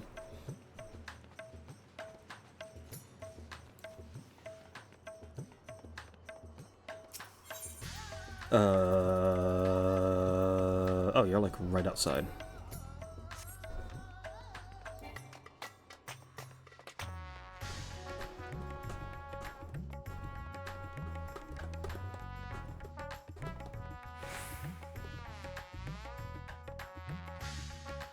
So I think the way I'm going to do this, I'll probably need 5 total streams to do it all, probably. But rather than do every single day, I'll probably do... It'll probably end... I don't know how I'm going to do this. I'm trying to think. Because easy way would be day, night, day, night, day. So two of the nights this week. I'll do another class. That will be ultimately by Wednesday or Thursday we can be done. Maybe Thursday, probably. But that way Friday we can either do Monster Hunter Wilds or Freeform Friday, depending on what I decide to do. Because, I did do pretty much everything that was in the beta. We gotta beat Arkveld, but, that'll take, I just grab a party and we just go in and wreck him. So it's not that big a deal. But we'll see. We'll see. Those in support of the Justiciar didn't seem surprised when I told them of his misdeeds, but still, they were reluctant to betray him. In short, I've had no luck. What about you, Kilrath? Your investigation abilities never cease to amaze me. Investigative abilities. As for this gathering Virazon is planning, I expected some scheme to prop up his flagging popularity. Even so, many of his devotees are younglings, ill-equipped to make the perilous journey to the meeting place. If they have any sense, rather than attempt to travel there directly, they'll stop at settlements along the way to rest and confirm the route. You said the map led into the Shroud of the Samga, yes? That means Palaka's Stand is the closest settlement. Many took refuge there during the final days, and now it's a bustling town in its own right. The arrival of more people would hardly raise eyebrows, making it the perfect place to avoid unwanted attention while they make ready. We should head there before they leave on the last leg of their journey. Yeah, journey! Palaka Stand. Actually, this is one of the last towns you get in Endwalker. This whole area of around Radzethan wasn't available early on. Until the final days are actually starting. I was right, Kilrath. Many of the youths are carrying pieces of parchment. Those must be the letters. And it seems my reputation has preceded me. Our suspected followers clearly avoid me whenever I try to approach them. Still, we can use this to our advantage. None of them would dare leave Palaka's stand while there's risk I might follow after. I'll keep watch over their comings and goings, but we'll make sure to leave obvious blind spots. One of the Justiciar's followers attempts to escape the village. I need you to go after them. Oh god, it's gonna be a fucking trail quest, isn't it? Stealth fucking... now find a vantage point that affords a good view while keeping you hidden once you've started pursuing our target.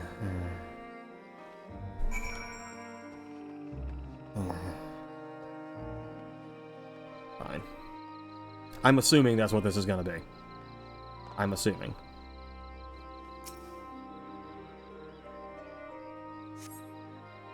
Hey, Mikais.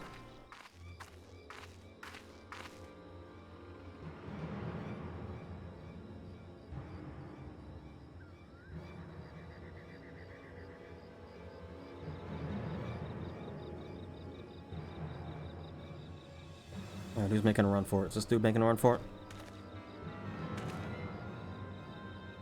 Fucking FF10 looking motherfucker.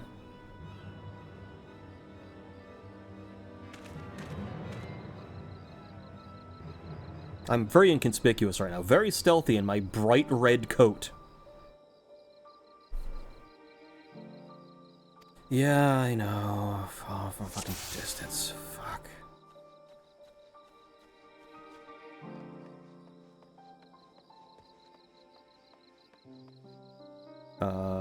Wait. Where is he? Wait at the designated location. Where's the designated location? What do you mean unable to open map? Oh, there he is. I should have, like, figured out where he was, like, first, and then... Fuck. Ooh, okay, yeah. Oh.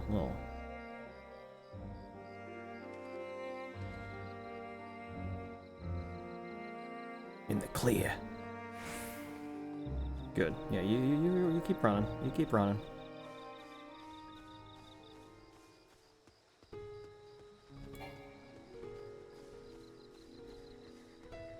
Do a Mont Roulette. Shit, he's gonna stop in like any second. This rock, I can hide around the rock.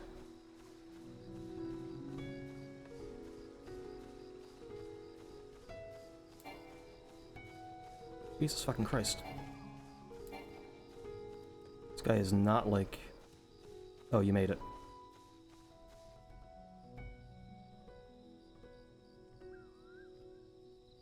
Nope, you didn't see nothing. You didn't see nothing.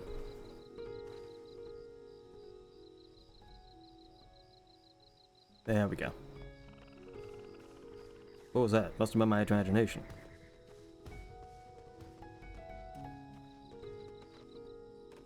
Must have been the wind. I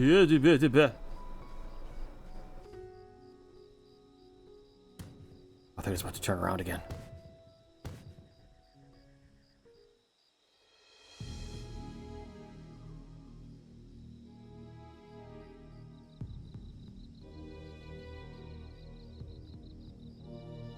The portal should be nearby. Then I'll finally meet him. Question is he one of the actual, like, followers, or is he one of the assassins? But, you're the hero who saved us in the final days. What are you doing here? Now I'm here to kill this guy. Oh, I was too. Want to stab him together? Oh, so you're working alongside that woman I saw in the village? I don't know what the rumors she spread, but I had no idea she enlisted your aid. Justicia saved me, you see. I was transporting goods. Okay, he's a real follower. Transporting goods for a local merchant who was too miserly to even hire a proper escort. A ferocious creature ambushed me. My savior appeared out of nowhere and saw off the beast. I owe my life. That's why I came here, see if there's any truth to the rumors. But now I understand I'm in over my head. I'm going back home. Yeah, you can have the map. I trust you to take the measure of the Justicia, and to share the truth with all of us. I mean, when I come back and, like, his legs are broken, then you kind of know the truth. It just, you know. You could probably... There will be context clues, depending on how much of them I bring back. I am Red Mage. I could be casting fucking Flare on him. Apologies for watching from the shadows. I was afraid my presence might have startled the lad. I was able to hear what he said, though, and his gratitude toward the Justicia seems genuine. I guess say the other followers feel pretty similarly. Now that we have a map of our own, let's open the portal and confront Virazon. Alright, let's do it. This is only the 96th quest. That means... Are we confronting him this early? My guess is we're gonna confront him, the monster's gonna be let out of the thing, and then the last quest will be to take care of that.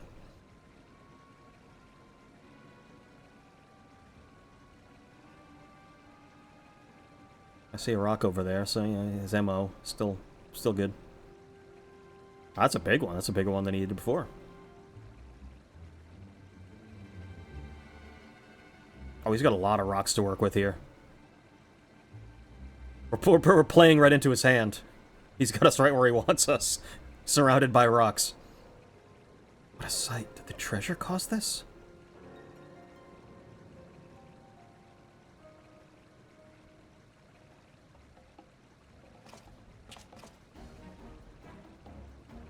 Alright, Green Ranger.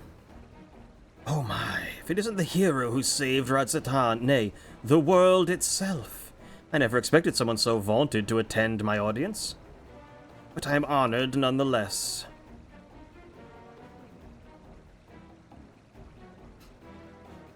Enough of your games, Virazon. Stop this madness at once. After giving you such a warm welcome, these are the thanks I get. While 'tis true that I was once known by that name, 'twas merely a guise I wore until I discovered my true self. So long as I am the masked hero of Radzatan, I shall not suffer any to call me Virazon. But that is your name, isn't it? Players should take pride in their name. The game is up. We've exposed your identity. Why don't you drop the act and try being a true hero? Let's call him a poser.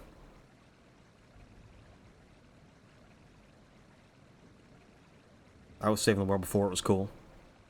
A true hero, you say? Indeed. Perhaps casting aside this mask is the price I must pay for the adoration I am due.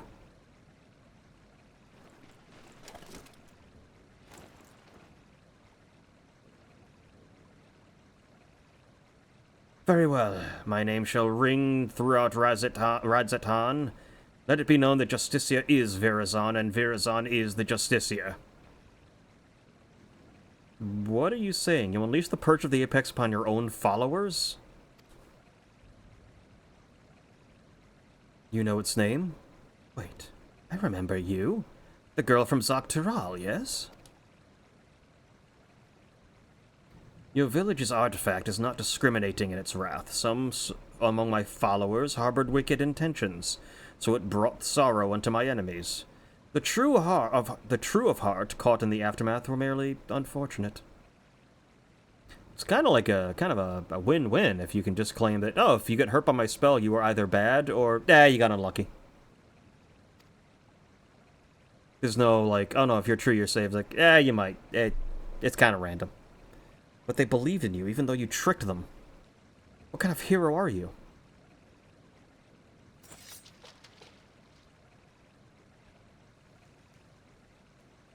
You too would oppose me? I had thought that as fellow saviors we might find some common ground. It would seem we are destined to walk different paths. He's gonna just like throw rocks at me. I'm pretty sure I've faced worse than a couple of rocks. Now faced with unknown peril, a great fervor rages within me.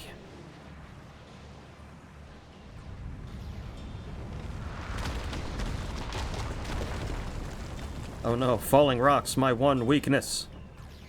Hey, motherfucker, I stopped, like, the world from ending a couple times. Multiple worlds. I'm pretty sure I can deal with rocks. Here is not where we shall match wits. No, a more fitting battleground is in order. We will meet again soon, you have my word. I could literally just light up a fucking flare and just nuke this entire place. Ow! Oh, I didn't actually think that would work. Haven't moved yet. God damn it.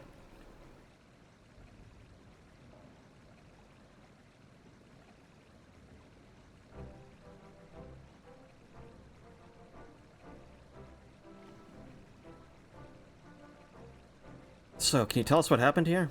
Motherfucker started waving a dildo around, and all those rocks came out of nowhere. He gathered us all and made a grand speech, claimed he was the hero that would drive back the flood of fiends threatening Thavnair. Then he spoke of his anger at the recent rumors and told us to go forth and repair his damaged reputation so people would love him again. Became quite impassioned, in fact. Whoa, whoa, whoa. Single or double-sided? It looked like probably, if you were adventurous, you could do both sides. I'm working and didn't get to see this dildo. Oh, yeah, you'll see it again when we meet him again, I'm sure. It's got like an owl on like one end of it. It's definitely a PAIGE no kind of dildo. You wouldn't want this one, but you could probably get both in there, both sides. As for us two, we were here to teach him a lesson, biding our time until his back was turned, but couldn't stomach his self-righteous drivel any longer. Was one side a fist? No, one side was an owl. He acts like he's a god, come to grace Thavnair, but most have grown wise to his tricks, including the Radiant Host. We stepped forward and told him as much, then demanded that he admits he's been pulling the wool over everyone's eyes. That's when he started waving that thing around, and soon learned that the rumors of its power were true. Rocks started falling down all around us. Again, these are just rocks. Asking for the audience. Even as true believers were not spared. There was nowhere to run. Justiciar said the power cannot be fettered, that sacrifices are unavoidable, and all the while he was laughing. We pleaded with him for mercy, but that just made him angrier. He flourished the object again, and yet more rocks assailed us. It was horrible. Stones big and small raining down endlessly until you two appeared, that is. Thank you for telling us what happened. I only wish we could have arrived sooner. Then I could have just, like, stabbed him. Which is what I'm planning to do, of course. Now, just to set things straight, it was you two that brandished your weapons first, yes? I won't deny that, but we were only trying to bring truth to his misdeeds to light. Though we might have had some personal scores to settle on top of that. Before I left Palaka's stand, I asked the Radiant Host where to look out for anyone returning from the wilderness. I suggest you head there and seek their aid. While you're there, share with them what you just told us. And as for the pair of you, don't even think about running away. You'll have us to deal with. Yeah, you did kind of fuck up the whole thing by, like, forcing him to use it. Like, does one of them have a series of stones on a string? It can be easily hidden in a cavity if... That is true. He can actually technically sneak this thing around a lot. Pretty easily, if I'm being honest. But yeah, once again, he did not use it offensively against someone because some jackass has decided to pull a knife on him. It's like, well, goddammit, it's still technically in self-defense. We need something we can nail this guy on. We need him to do this, like, when it's not at all, like, to his benefit. Everyone has returned to the care of the Radiant Host. As for those ruffians who meant to attack Virazon, it seems they had a history of violence for which they may soon answer. Several among Zerazon's followers were dealt serious wounds, but we can be grateful none of them lost their lives. It's exactly as the old saying describes. The Master of the Apex shall be showered with good fortune, yet leave sorrow in their wake. Part about the sorrow certainly seems true, at least. But we can but hope that Virazon's spell over the people will be broken at last when word of what transpired here becomes common knowledge. Let that buoy our spirits as we return to Yedlimad. Like that joke about the Pope and Raquel Welch in a lifeboat? Those aren't buoys.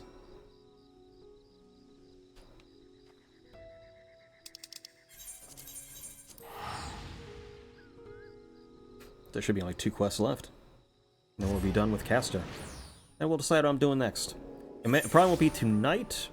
Could be tomorrow and Wednesday. Might do it tomorrow and Wednesday. Depends whether there might be an event I have to be at tomorrow. But, yeah, we'll do some of these at night so we can probably by Thursday, either the Thursday day stream or night stream will be the last one, probably. That way we can just get back to normal schedule after that. And then I'm officially done with 14 until 7.2, which is probably coming in a few weeks, so I'll be right back into 14. Although I think there's probably going to be less to do Because it's just going to be new Arcadian, new MSQ, and possibly more Hildebrand? Maybe. I think if there's anything else. I don't think so. I mean, there'll be a new dungeon. I think there's some new, like... this expansion's version of the Island Sanctuary, I think, is coming, but I'm probably not going to do anything with that, on stream at least. We'll see. That was certainly an ordeal. Though Virazon's gotten away, we can look back upon what transpired to plan our next course of action. It appears the treasure takes rocks from the surrounding environment, makes them rain down upon their wielder's surroundings. The power seems to be somewhat haphazard. While Virazon himself wasn't struck, the boulders assailed friend and foe alike. Something else has been nagging me as well. The stones we saw in the canals seem quite a bit larger than the others. I don't know what to make of it, but it will give some thought. Is he going to start throwing, like, planets at me? We still don't know much about exactly how he controls the Apex's abilities, either. We must focus on these mysteries as we continue our investigation. As for Virazon himself, he was just as his father said, wasn't he? His so-called heroism is an empty charade. Like a child playing at being a hero from their storybooks. He seems motivated by vain desire to gain the love of the people, yet cares nothing for their well-being. He'll learn his lesson soon enough, though. None will sing his praise after word of what happens at Asnair spreads. Even he must know this. I worry that his desperation will drive him to worse misdeeds. If the treasure is used with reckless abandon, it could cause untold harm. What with the rocks and all? I must discuss with the Radiant Host. Together we might be able to capture Virazon before he attempts anything drastic. Stand by for now, Kilrath. I'll be in touch the moment we have something to share.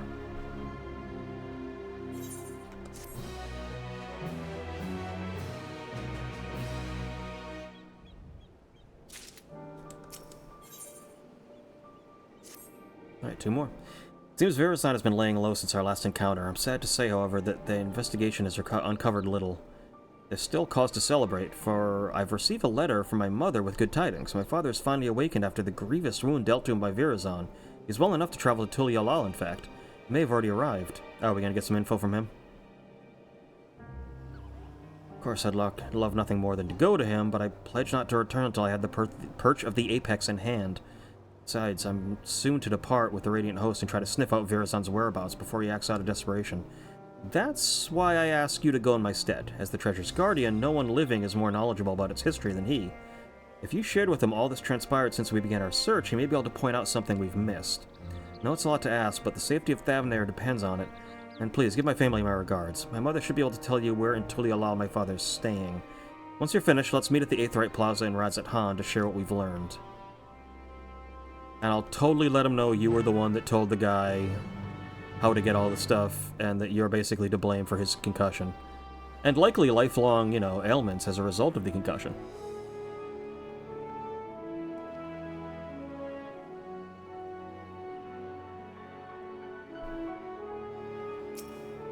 What you're doing is clearing time in your schedule next week. Well, I mean... I'm definitely clearing out shit so that when Monster Hunter Wilds comes out, I'll have plenty of time to play that. That's for damn sure. But I still have a couple weeks for that. 2 weeks, in fact. So this week is going to be a mostly this. Next week will be north. I'll be up north and we'll be dropping by. Oh, that's right, you are coming in a couple weeks, aren't you?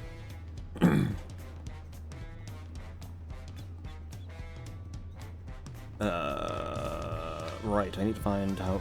Wait, who, where, what, and where, when... This way.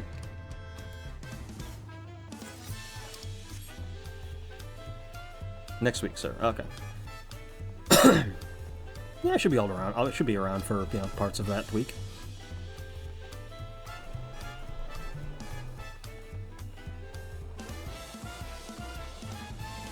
Should not be an issue.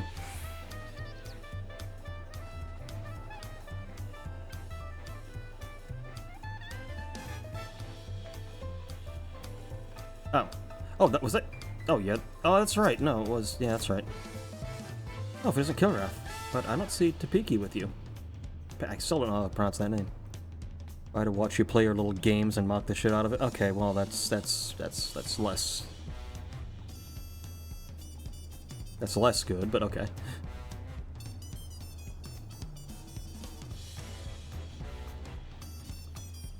Glad to hear my letter arrived safely, and Topeki seems to be as tenacious as ever in her search. Her father, Nestle? What? Has already arrived here in Tulialal, but he's barely stayed in one place since. He seems desperate to help Topeki from a distance in whatever way he can. He told me he was traveling to that place in search of information he assured me was quite vital. Which, speaking, he'll doubtless be in the area.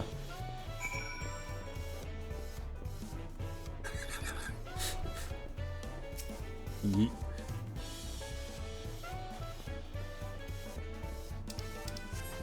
We're gonna go yeet Nestle.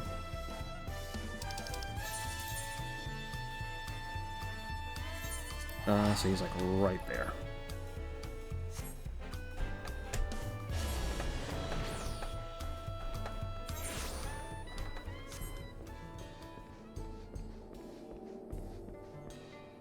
Alright, so it should be south of me, right?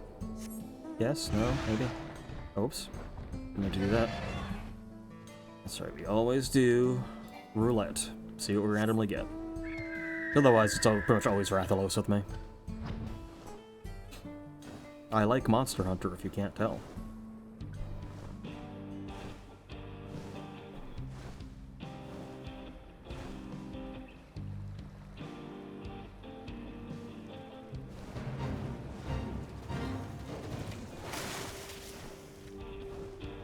Alright, Nessie. Don't worry, Nessie, we got you.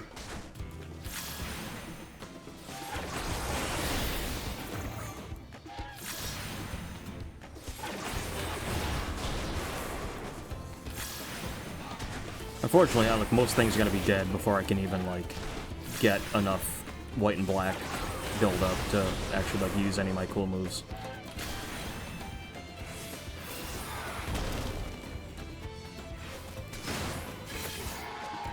I'll do one. It wasn't even powered up version.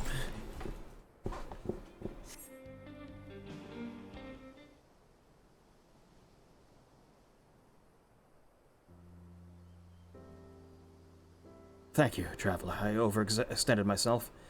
I but recently recovered from a severe injury, and was a fool to confront such a beast alone. Yeah, I heard. Done got your bell rung. So you're the killer I've heard so much about. I owe you many thanks for all you've done to recover the perch of the Apex.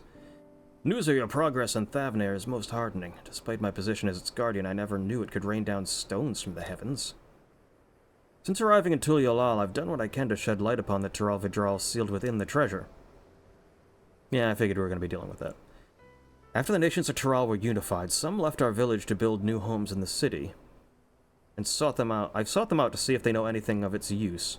Fortunately, none could offer insight into the treasure's magics, but one of them told me that the owls lurked around this place. That owls did lurk around this place. Okay, so since the Taral Vidral sealed within the perch of Apex was once an owl, it seemed logical to pursue such query. Thought perhaps I could glean something about the ancient beasts from their behavior. Like as not, some fundamental aspect remained the same even after transformation.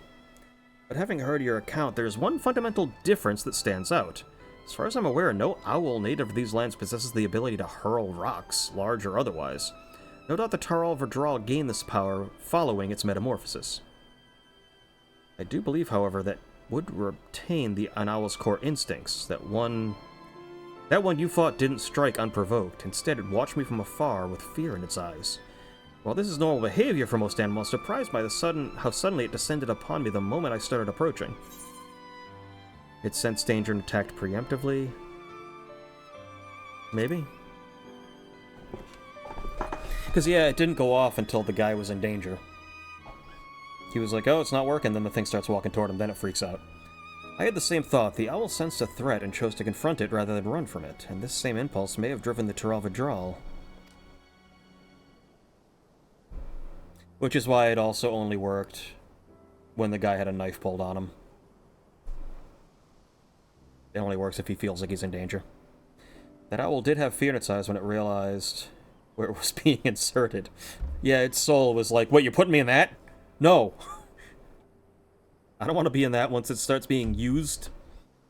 That correlates to something I heard from one of my countrymen who had relocated to Tulialal. He spoke of a continuation to tales passed down from the elders. No hunter's arrow could fell the apex. It was struck down in a storm of its own wrath, made wild by a heart of flight.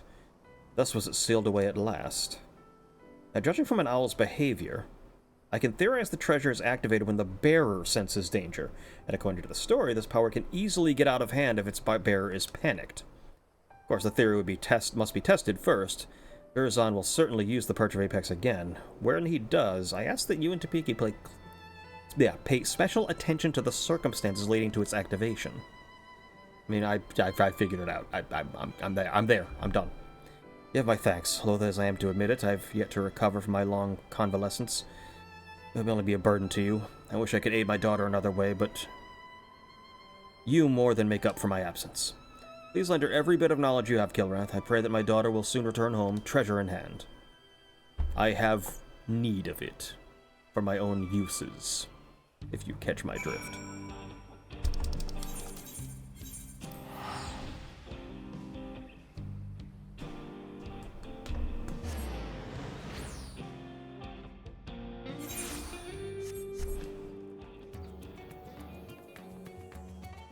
Oh, there you are. I have, like, so many memories of specifically, like, massive crowds of people over here. Because this was where the NPC that started all of the steps of the Hildebrand quest in Dawntrail were. And the Hildebrand quest in Dawntrail actually led to the relic weapon. So that was a whole nother thing. So, like, everyone was doing Hildebrand because they wanted that fucking relic weapon. And they were, like, a really cool-looking weapon, too. Roth, you came just in time. Virazon has shown his face and rides at hand. You can tell me more about your journey to Tulyala later. For now, come with me. Oh, we're gonna do this right now.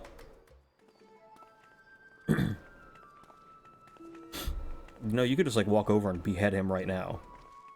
Literally. You're the palace guards. You pretty much have, like, you can just kill anyone you want, right, basically. This is like a medieval society. Like, you have license to kill here. Just take the shot!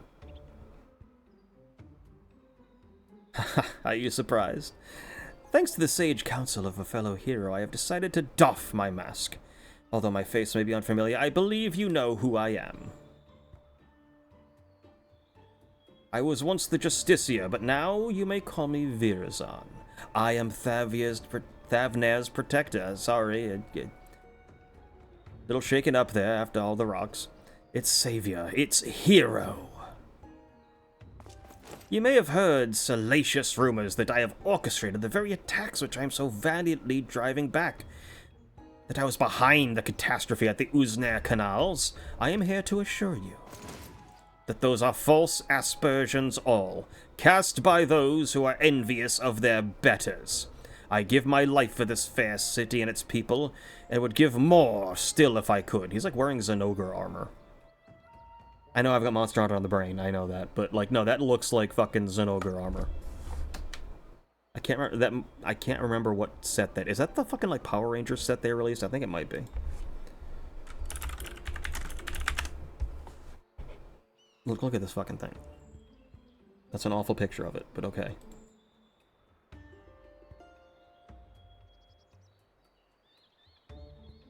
That's not bad. That can kind of work. Yeah, you can definitely see some of the similarities. Hold up. Oh, god damn it. Fucking hate web peas. They don't get recognized or anything.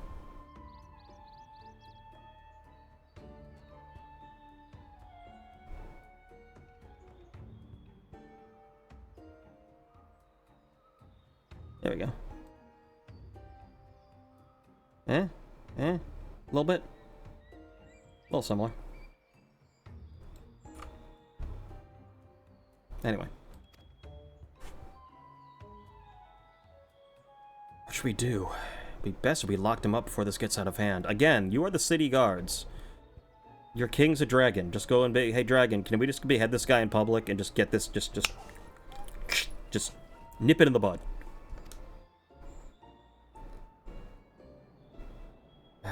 We don't want him raining down rocks with all these bystanders around.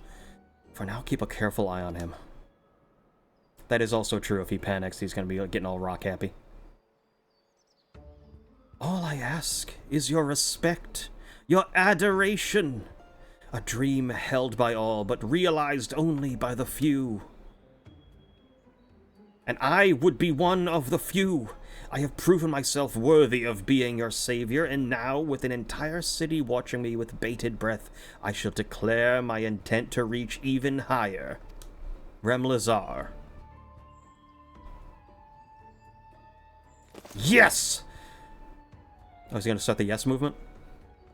For I can protect you all the better as your ruler. I shall retire the mantle of hero and take up the crown as king of Radzat. You really don't want to do that, buddy. I don't know if everyone in your city is aware yet that your king's a fucking dragon. You really don't want to fucking go there, dude. A couple of rocks ain't gonna help you. He could literally just, like, look at you. He could kill you with his eyes. He could just, like, look at you and you just, like, cease existing. Bastard's gone mad. I wield power unassailable. With me on your throne, you would never again have cause to fear. Power overwhelming. All would live in peace. All would shower me with love. They would shout it to the heavens, and from that love would spring a new Radzatan. A greater Radzatan. Making the mother of all omelets here, Jack. Can't fret over every egg. Enough of your lies, Virazon. The power you wield protects none but yourself. To everyone else, it brings only ruin.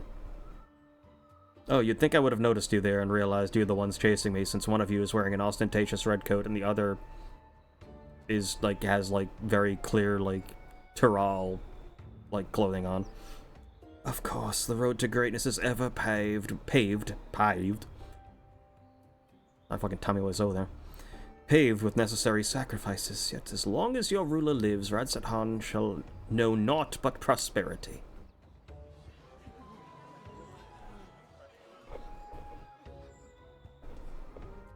Think you're better than Master Vitra? He bore this city and its people on his back, while you look fit to collapse under the weight of your own armor. You're no leader, you're a damn joke. Oh, he's gonna start freaking out.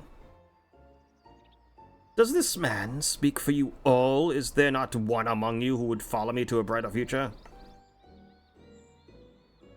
Is there not one who would stand up and try to fight? Tell me, man! Is there not one who values courage over life? But I am nothing if not magnanimous. Until you find the wisdom to accept me as your ruler, I shall continue to stand vigilant as your eternal shield. Stop this, Virazon. You're only making it worse for yourself. He's gonna start rocking. We're gonna get some rocks pretty soon. Do you want rocks? Because this is how you get rocks. Can't you see you've become a laughingstock? Give up this facade and answer for your sins. Do so now, and the Radiant Host may grant you mercy. My sins? Are you not the one poisoning the people against me?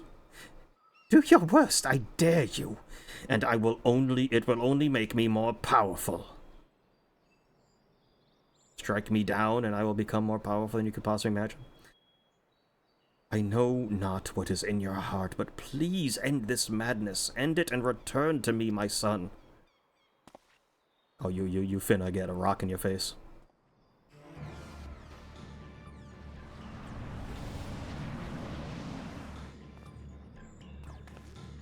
Don't get any closer. You two, why are you... Here comes a rock.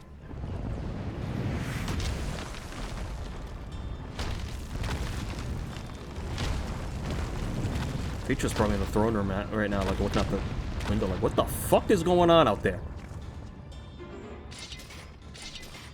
I had to kill some motherfuckers again. I literally just got through saving Tulialal from a fucking space army. Don't. If we fight here, there's no telling how many innocents will be wounded. Pathetic as ever. I tire of this farce. I have declared my intent to become king of Radzat. As for you two, this is no place for a battle between heroes. We shall meet again, mark my words. Then we shall decide who is mightier. The answer's me. I could literally just walk over and just, like, take you out right now. Before you even, like, had a chance to, like, do anything. Just cut the head off. Right, just right off. It's very easy. It's very, very simple, actually. You take your sword, right? You take this. You got the sword, right? You just go like that, and you just take the head off real quick, like. It's not hard. Surprisingly easy, actually. Yeah, fine. We can't fight him here. Fine.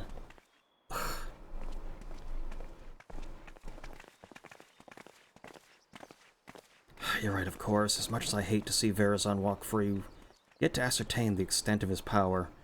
For now, we must bide our time. I noticed that despite all his proclaimed love for its people, he didn't even look back at them as he retreated. Perhaps he couldn't bear to look them in the eyes, or one of them at least. I mean, I know you're talking about his father, but it sounds like you're saying, like, one of them meaning, like, one eye. I feel like you're talking about me. Because I only have the one eye. It's very, very... That's kind of insulting, actually. I'm differently abled, thank you.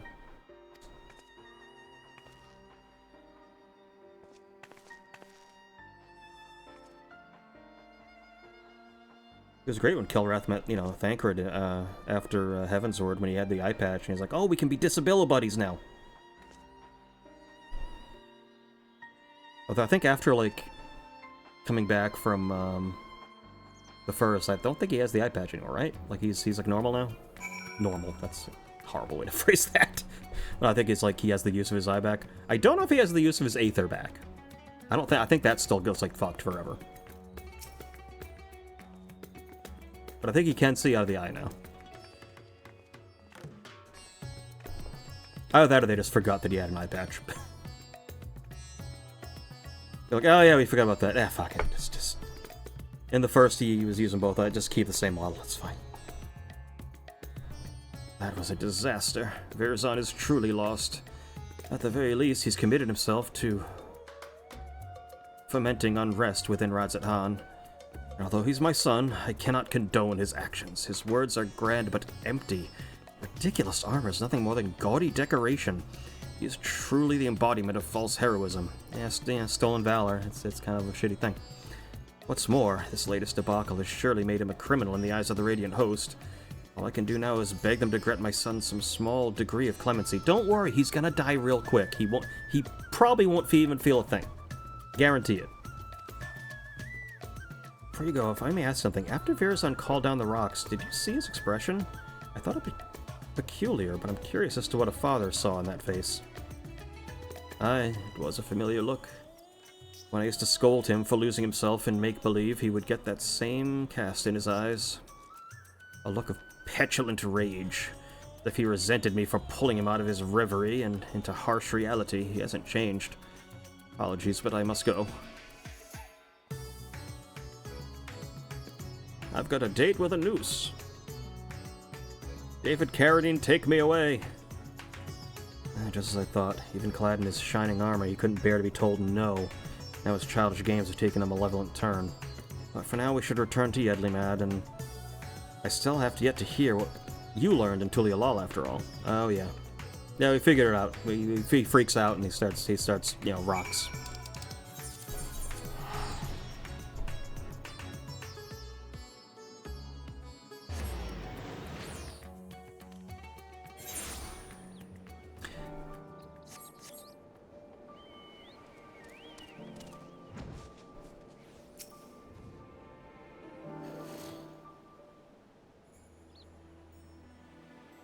Now that we have some room to breathe, I'd like to hear about your journey to Tural. Does my father have anything to share? Some stuff. I'm heartened to know he's well enough to go chasing after owls and such. I wish he'd take more care. Thank you for saving him and for bringing me this theory concerning the treasure. It really is triggered by a sense of impending danger that might explain why Verazon had trouble using it the first time. He wasn't truly afraid of that small fungi until it almost was upon him.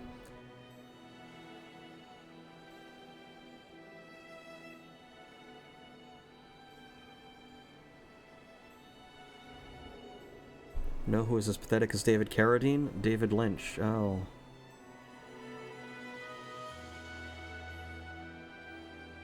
David Lynch was a treasure.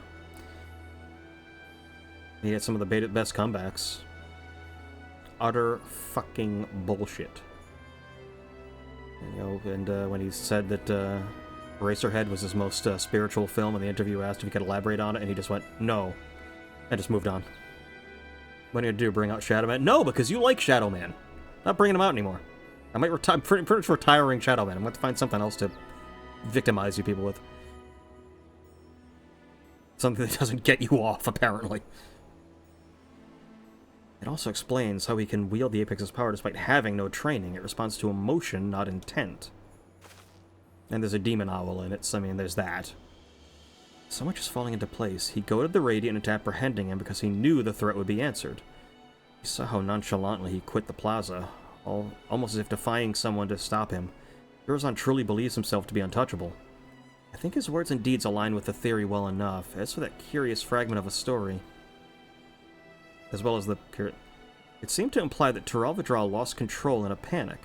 Perhaps its strength grows in proportion to the danger it senses. When in danger is too great, well, you saw what happened at the Isnir Canals in Radzat Han. You were present both times, as were others who wished Verozan ill. In both times, we saw stones much larger than we've seen before. Now I understand why he's so eager to face you. An opponent of your caliber will strike fear into Verozan's very core, and that fear will summon a power greater than he's ever known. Power enough to bring a hero to its knees. Or so he thinks, but we know better. We'll use that arrogance to our advantage and bring it crashing down to earth. Although you have yet to contend with falling rocks, we may have to contend with falling rocks over time. In a straight fight, he'll be outmatched.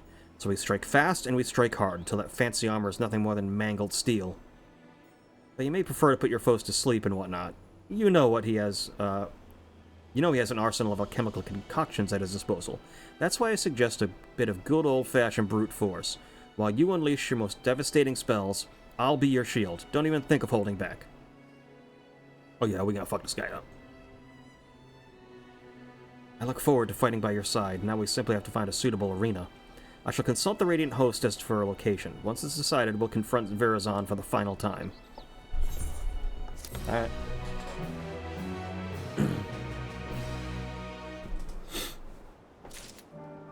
Assuming that your power is going to keep scaling to meet the Warrior of Light is how a lot of villains have lost in this fucking storyline.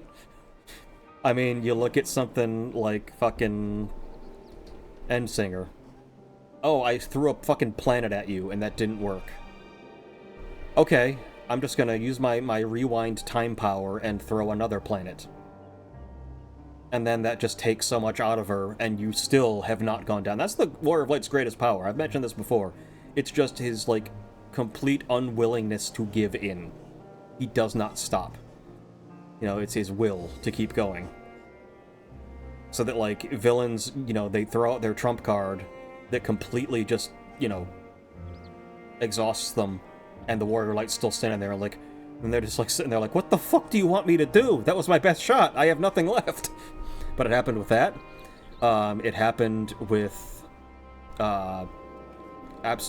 Queen Eternal, because she tries absolute authority.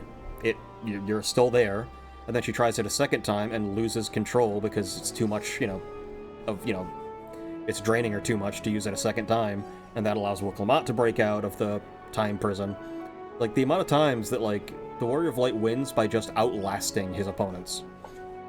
It's kind of why humans were such great hunters, because we're very, very good long-distance, like, joggers and walkers. So we could literally just exhaust our prey, because most animals can only sprint or, like, run for shorter periods of time. And so we can literally just, like, drive them, like, to death by exhaustion. That's basically how the Warrior of Light operates. He's just like, no, I'm just not going to stop, and then once you throw everything you have out, I'm just going to be there to push you over at the end. Same thing also with Thordran. He does Absolute End, and afterwards he's, like, barely able to, like, swing the sword anymore. And I believe he actually says the phrase, "What are you?" And this is a guy who thought he had just become a god. And he's like, what the fuck are you if my best move can't stop you? But I'm actually going to use the bathroom real quick, and then we will continue with the final part of this. Be right back.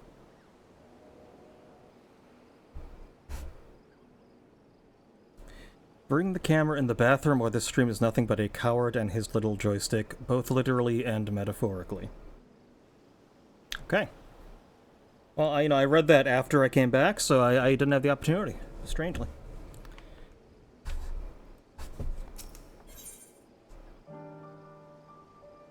Tear down a false hero. Let's fucking do it.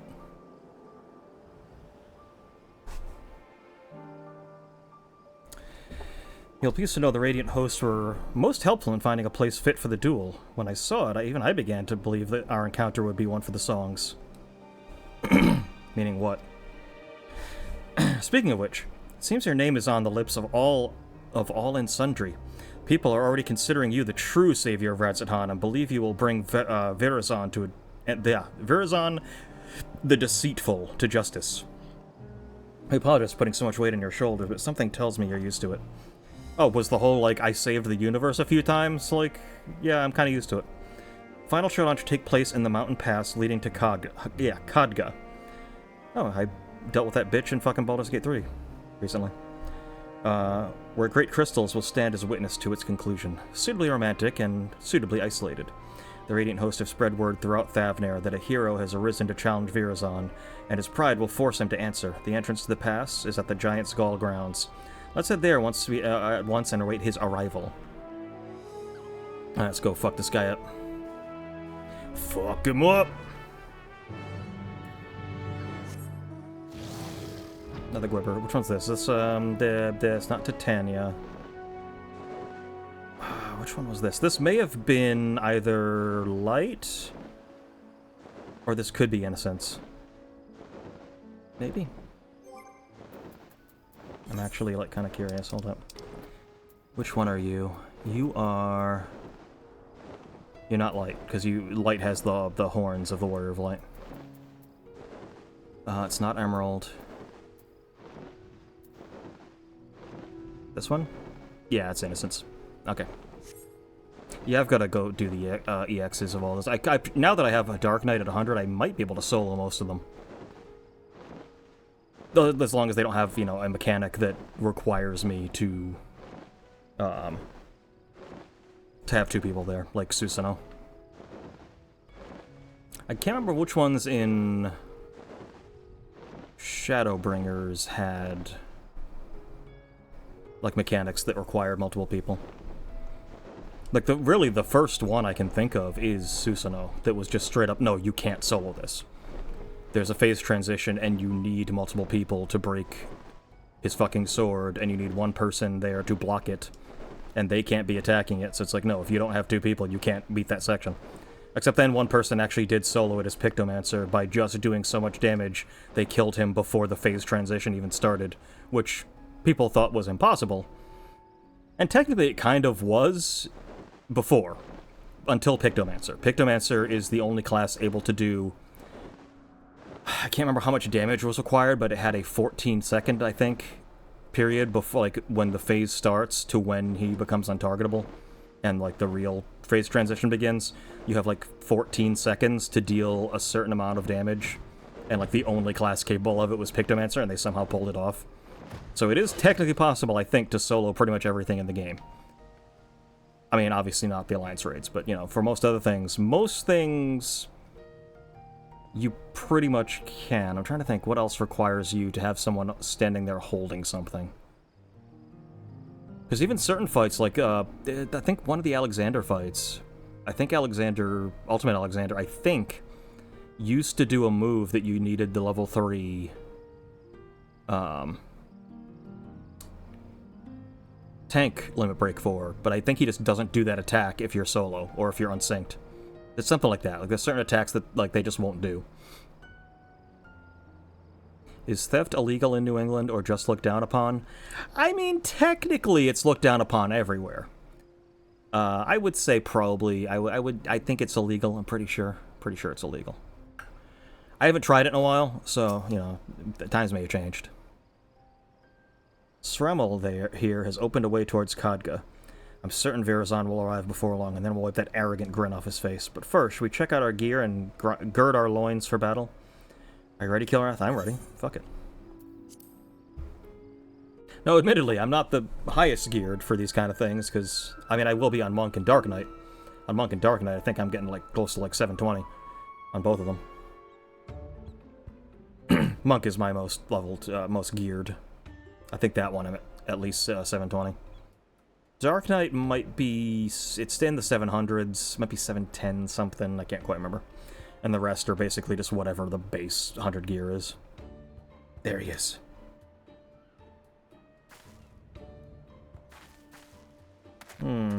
Oh good, some rocks. I have plenty to work with here. We could have just fought him with there's no rocks, technically. Like, where is he gonna pull rocks if there ain't no rocks? Through the cragged peaks of Khadgar, desolate winds blow over the field of battle. Oh, what a fitting location you have chosen for the conclusion of this legendary rivalry. I've known you for, like, 2 days in this game's, like, time. Tops. I wouldn't say this is a legendary rivalry. You are no Xenos, sir. I knew Xenos. You, sir, are no Xenos.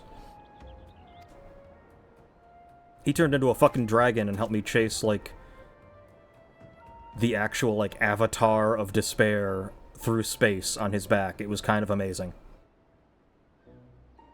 I was right not to face you before, in environs unsuited to a struggle between titans.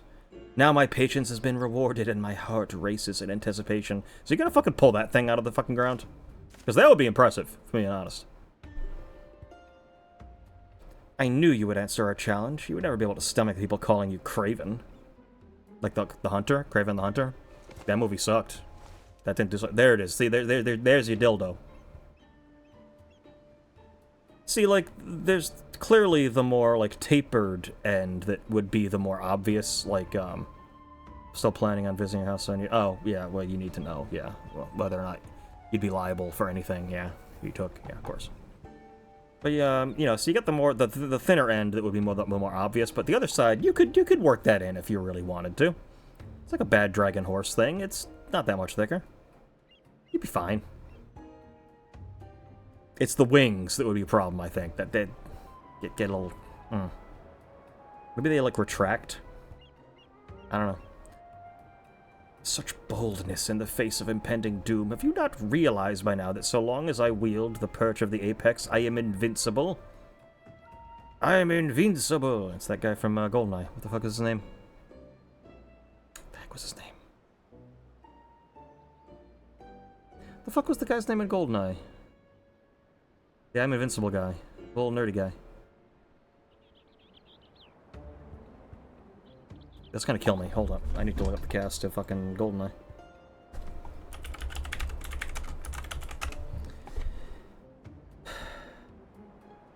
No. Boris? No, it wasn't. Was it? It was Boris, because it was Alan Cumming. Boris Grishenko. Boris.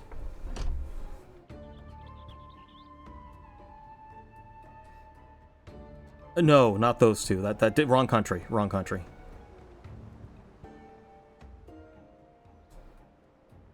I mean, what if we just like cut this dude's hand off and like just took the thing? Let's soon put that to the test. Yeah, this whole like hit him hard and fast would have worked a lot better if we ambushed him, and less that we're standing here. Like just like letting him like get ready. You rely too much upon stolen power. It deludes you. You claim to be a savior to the people, but they've all seen through your lies. Even your own father can scarcely bear to look at you. You're nothing but a small, small man hiding within the hollow facade of a hero. Today we tear that facade down. You're giving him an awful lot of time to start building this thing up. You really hit it hard and fast. I should have already shot him. I have Machinist. I could switch to Machinist, just pull out the gun and be like, boom, done. I mean, I have it right here. I fucking, you want to... Oh, screw that. You want something better? Want something bigger? Alright, something bigger. I got one of these fuck suckers. You know? This fucking thing is so cool. It has an attachment for the barrel as well to make it like into more of a sniper rifle. But, you know, a Nerf thing that doesn't really fire that fast, having a longer barrel just means the little pellet will just like bounce all around in it, and it'll like just kind of sputter out. You take the barrel off and it's fine. Will you now? You may have metal, but have you a puissance to claim the mantle of hero? My mantle? I mean, I don't think anyone's given it to you yet, so I don't think you can say you have it unless someone, like... I mean, a bunch of kids think you're a hero, but that's like... I was shoving it right up his ass.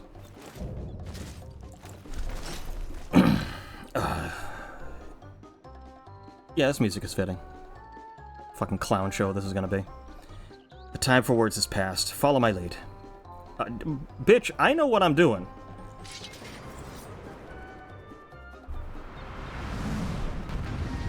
I think every one of his moves should just be called Rock. That's the only like, spell he ever channels is Rock.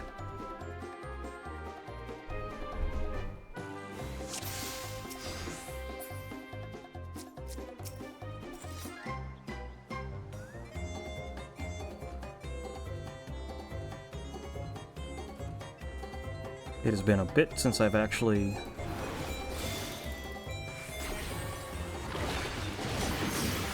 used a Red Mage. This and Machinist I leveled pretty easily. Pressure the Apex, he's gonna shoot rocks, I guess. Yep. Saw that coming.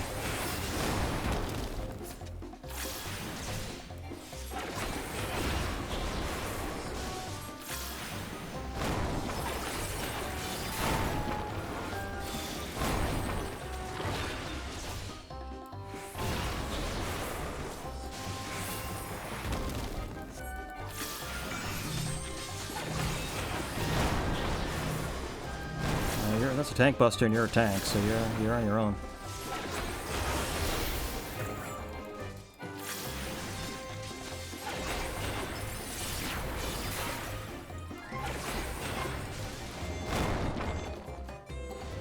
This all seems very easy, so something's gonna change, right?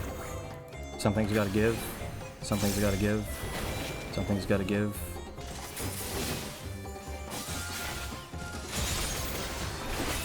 Holy.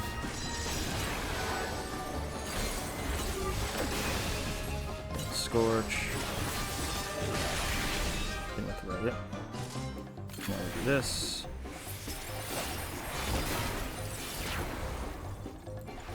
Oh, is this like calling friends?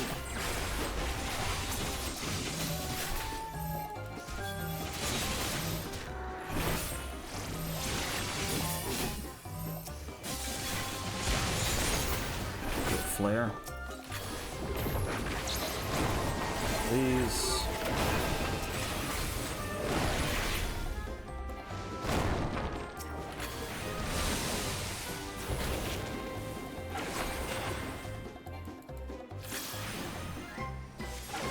I probably should have been curing her this whole time. Nah, she's fine. She's fine.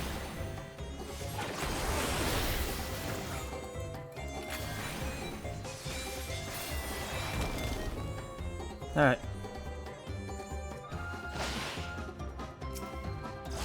Did you get a whole bunch of health back?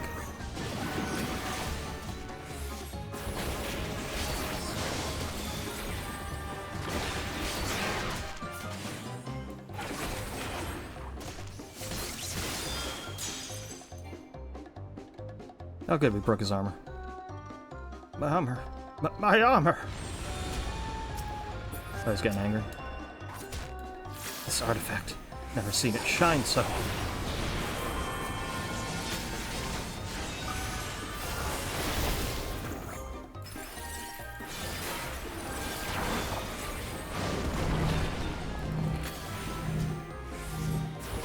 We're gonna try and get up to 100 and then just wail on him with everything we got.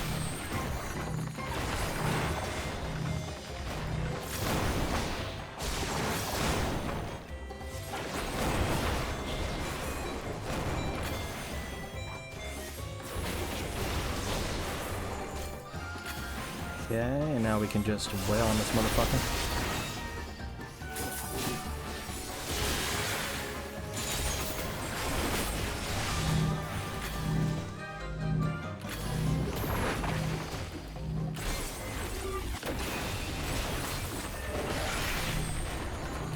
Oh, get the fuck out of there.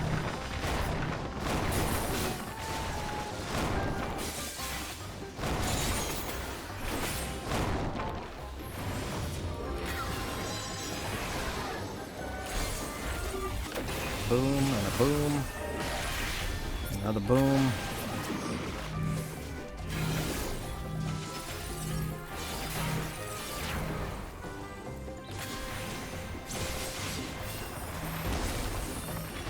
Wait, nope.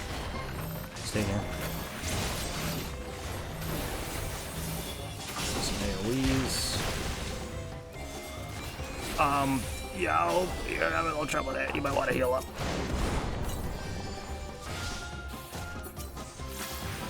I was like, wait, where did I put Cure on this? Oh, it's right there. Yeah, so if I think she needs it, she'll be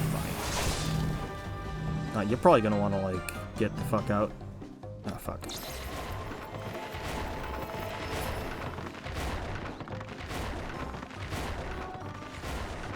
There we go.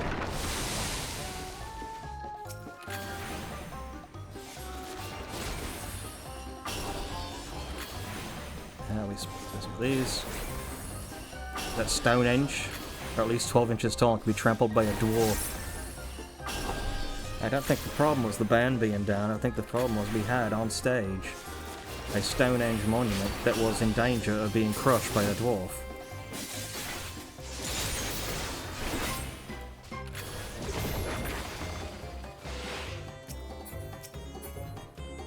Both suffer grievous wounds. Perhaps we should consider this a draw. Talking about, you stupid bastard. You got no arms left. You philosopher, son. Lay down your weapon.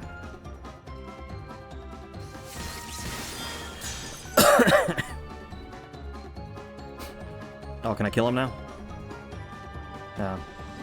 I'm utterly defenseless. This rotten piece of wood was supposed to make me invincible. Now I get to shove it in my ass. I can't move the artifact. It's...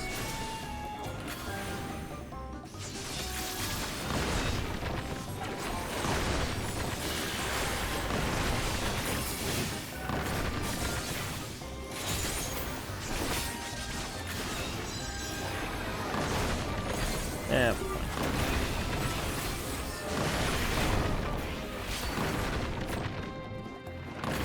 Wait.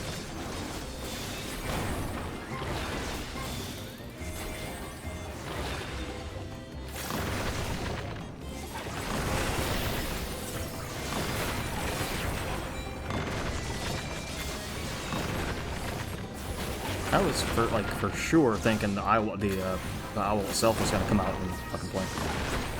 Guess not.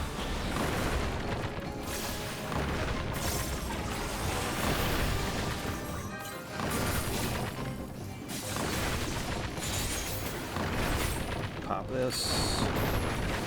Pop this. Pop this. Pop this. Pop this.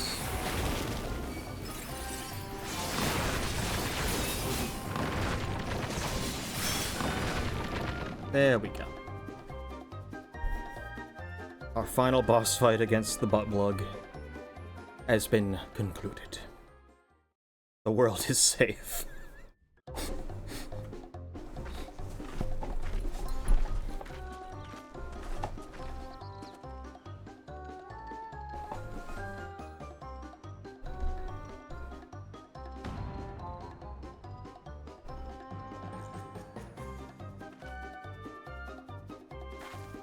It's out cold. Now to take back the treasure.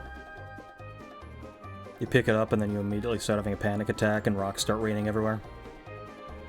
That owl's jammed so far in there it's surviving off of a whole different kind of berry. Oh, god damn it. Why did you have to... Why did I read that? A whole different kind of berries, yep.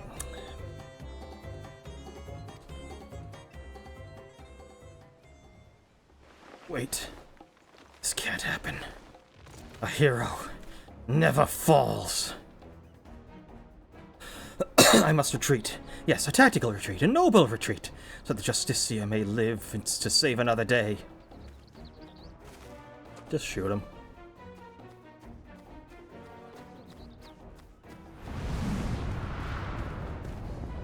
Huh?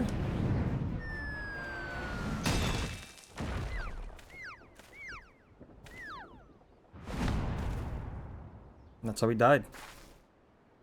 Dingle. I know what kind of berries.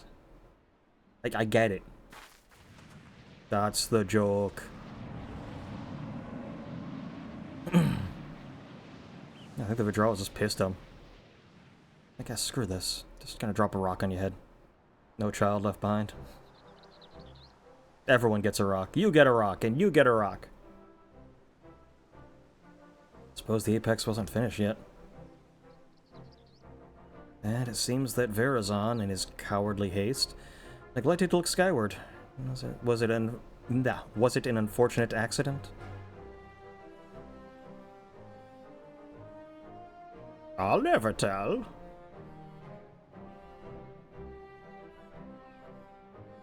Or fate delivering its just desserts.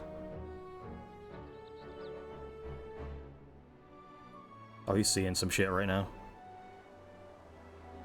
He dropped a whole bunch of fucking DMT before he started this fight. He's seeing fucking machine elves right now. Oh, there they are, the machine elves.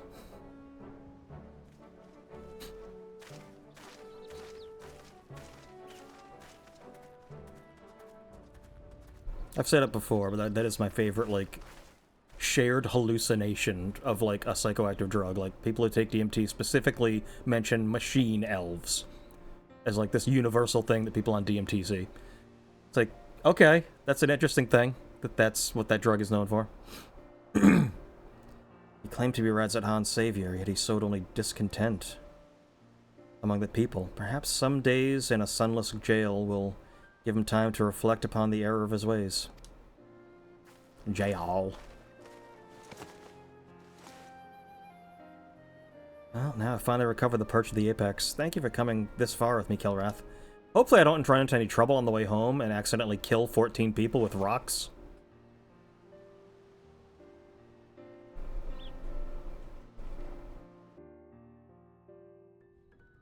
Seems like a really stupid artifact, actually. The battle was hard fought. Excuse me, but we made it through. Verazon is the responsibility of the Radiant Host now. Now that I've done what I pledged to do, I must return home and bring the good tidings to my mother and father. Yet, before doing so, there are many others I must thank. In the meantime, can I count on you to meet my family in Tulialal for one final farewell? My parents will surely be glad to see you again. Alright, 1 down, 4 to go.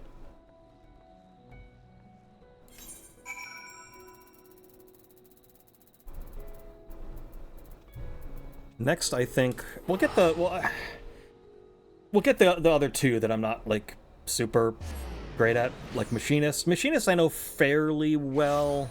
It's a lot of just like you pop every off global cooldown you have constantly, and then Sage.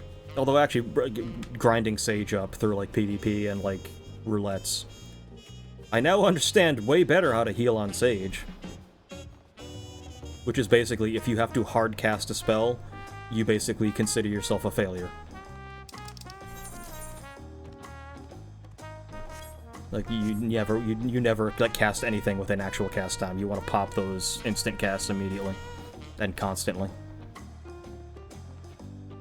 And actually, it's kind of true. You can get, like... Unless something goes really wrong, you can actually get by without, like, ever having to hard cast a spell as Sage. I think Scholar's similar. Scholar's a lot of, instant cast off-level cooldown spells. But yeah, so I'll probably do Sage and Machinist, and then Monk and, because of course it's gonna be Monk. I was thinking Dragoon, go back to my roots as Dragoon, but no, Monk is too fun. So probably Monk, and then Tank is gonna be Dark Knight, of course, but... I didn't expect to see you in Tulialal again so soon. Is Topeki okay?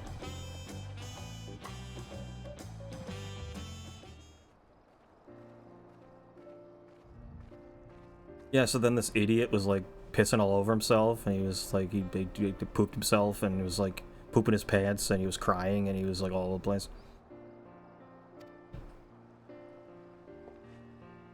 I completely forgot to read that. Father, Mother, good to see you.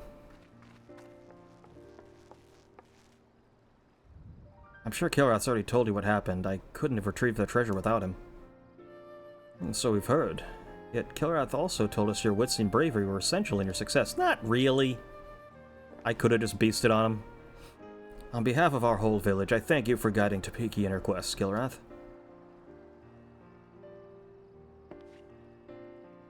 Now, the perch of the Apex must be returned and put under careful guard once again. The story of the Taral Vidral's demise proves that we are not meant to wield its power as our own. I'm sorry, Father, but I disagree. Once I return to the village, I want to tell everyone what happened in Thavnair. They need to know what the treasure is capable. They need to know what the treasure is capable of, or else we risk forgetting once again. But yeah, just tell them, yeah, don't grab this thing, or it's gonna start throwing rocks at everybody. Snitches get stitches. Yeah. You know what? You're not wrong. I won't deny the Apex power is dangerous. I saw it with my own eyes, what happens when it's wielded with abandon. Yet, during the course of our search, I also saw potential. If we fully understood how it worked, we could use it without risk of ourselves or other people. We could turn something we once feared to our advantage, instead of letting it become obscured in legend. I mean, yeah, why destroy the ring? The ring could be of a great boon. We could get rid of Sauron and keep the ring for ourselves, and we'd be better.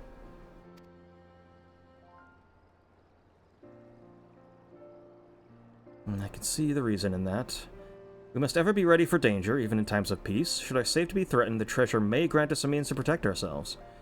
But can we be trusted to use it responsibly? Great power breeds great desire. Someone with the very same ambition as Virazon may rise again, perhaps from among our own. That character's gonna quickly get acquainted with a pillowcase full of bars of soap if they keep talking. See, that's why they need to have a reverse peephole. So that way, if they're coming into their apartment from outside, they could look in the peephole and see if there's someone waiting inside, you know, their apartment to beat them with a big sack of pennies. I dare say that once I've regaled them with the rise and fall of the Justiciar, they'll think twice before following any of his misguided footsteps. As our forebears relied on the legend of the Taral Vidral's fate to forbid the treasure's use, we can rely on the story of Virazon's fate to urge caution. And this time we have someone who lived through it to tell the tale. Of course, I'm going to be guiding people in the safe use of a potentially dangerous treasure. I see no choice but to inherit my father's position as its guardian. Some may raise their eyebrows at the prospect of a loose-lipped Topeki serving as perch of the Apex's protector, but I've grown from my mistakes. You're doing a lot of telling us, you know, how you're going to be great for this. You're kind of explaining. Methinks she doth protest too much. And who better to tell the tale of Virazon and Topeki's failures?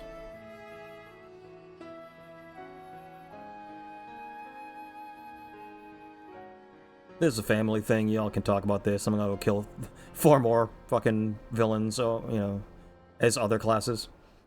Your only mistake was in trusting Virazon, the same as I and many others. But unlike him, you have the willpower to overcome your own fallings. Over the course of your long and arduous journey, you gained a wealth of experiences, and your efforts have finally been rewarded. You took responsibility for your actions, and in doing so, proved your conviction to our people. They shall listen to your proposition with open minds, I am certain. And now I must say farewell. As much as it pains me to do so, I owe you a debt I could never hope to repay. Once I return to the village, I'll do my utmost to protect the treasure we worked so hard to retrieve. Until next we meet, may fortune smile upon you.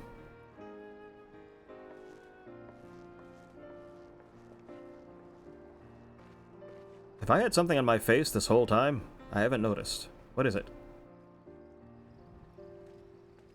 Why do I have, like, half a mask on?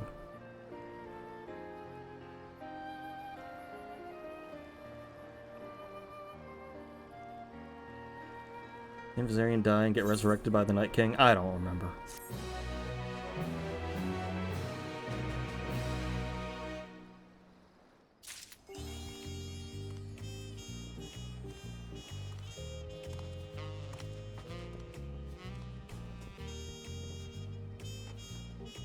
You dweebs were just talking about it? No, I was making reference to Tolkien, not fucking George R.R. Martin.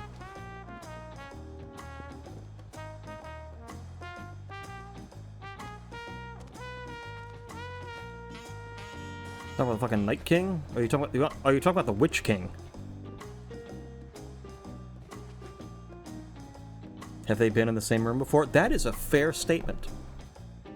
And Christopher Lee's dead, and he actually met Tolkien, so we can't go to him and ask, was this guy actually, were they the same people, were they the same person? Can we confirm this?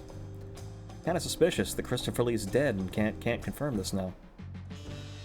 Hmm. Interesting. Anyway, so yeah, we're going to call that there for now. So, roll quest 1, down. I rest my case. Hey, I mean, I can't dispute that. I have no evidence to the contrary. So, Red Mage is finished. So, when next we do this, we will do Machinist. Just straight up gun.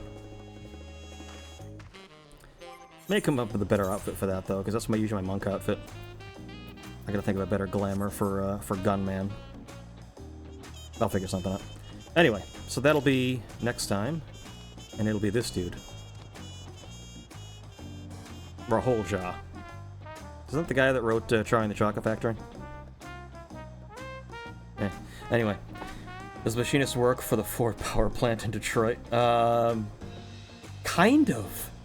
Actually. Kind of.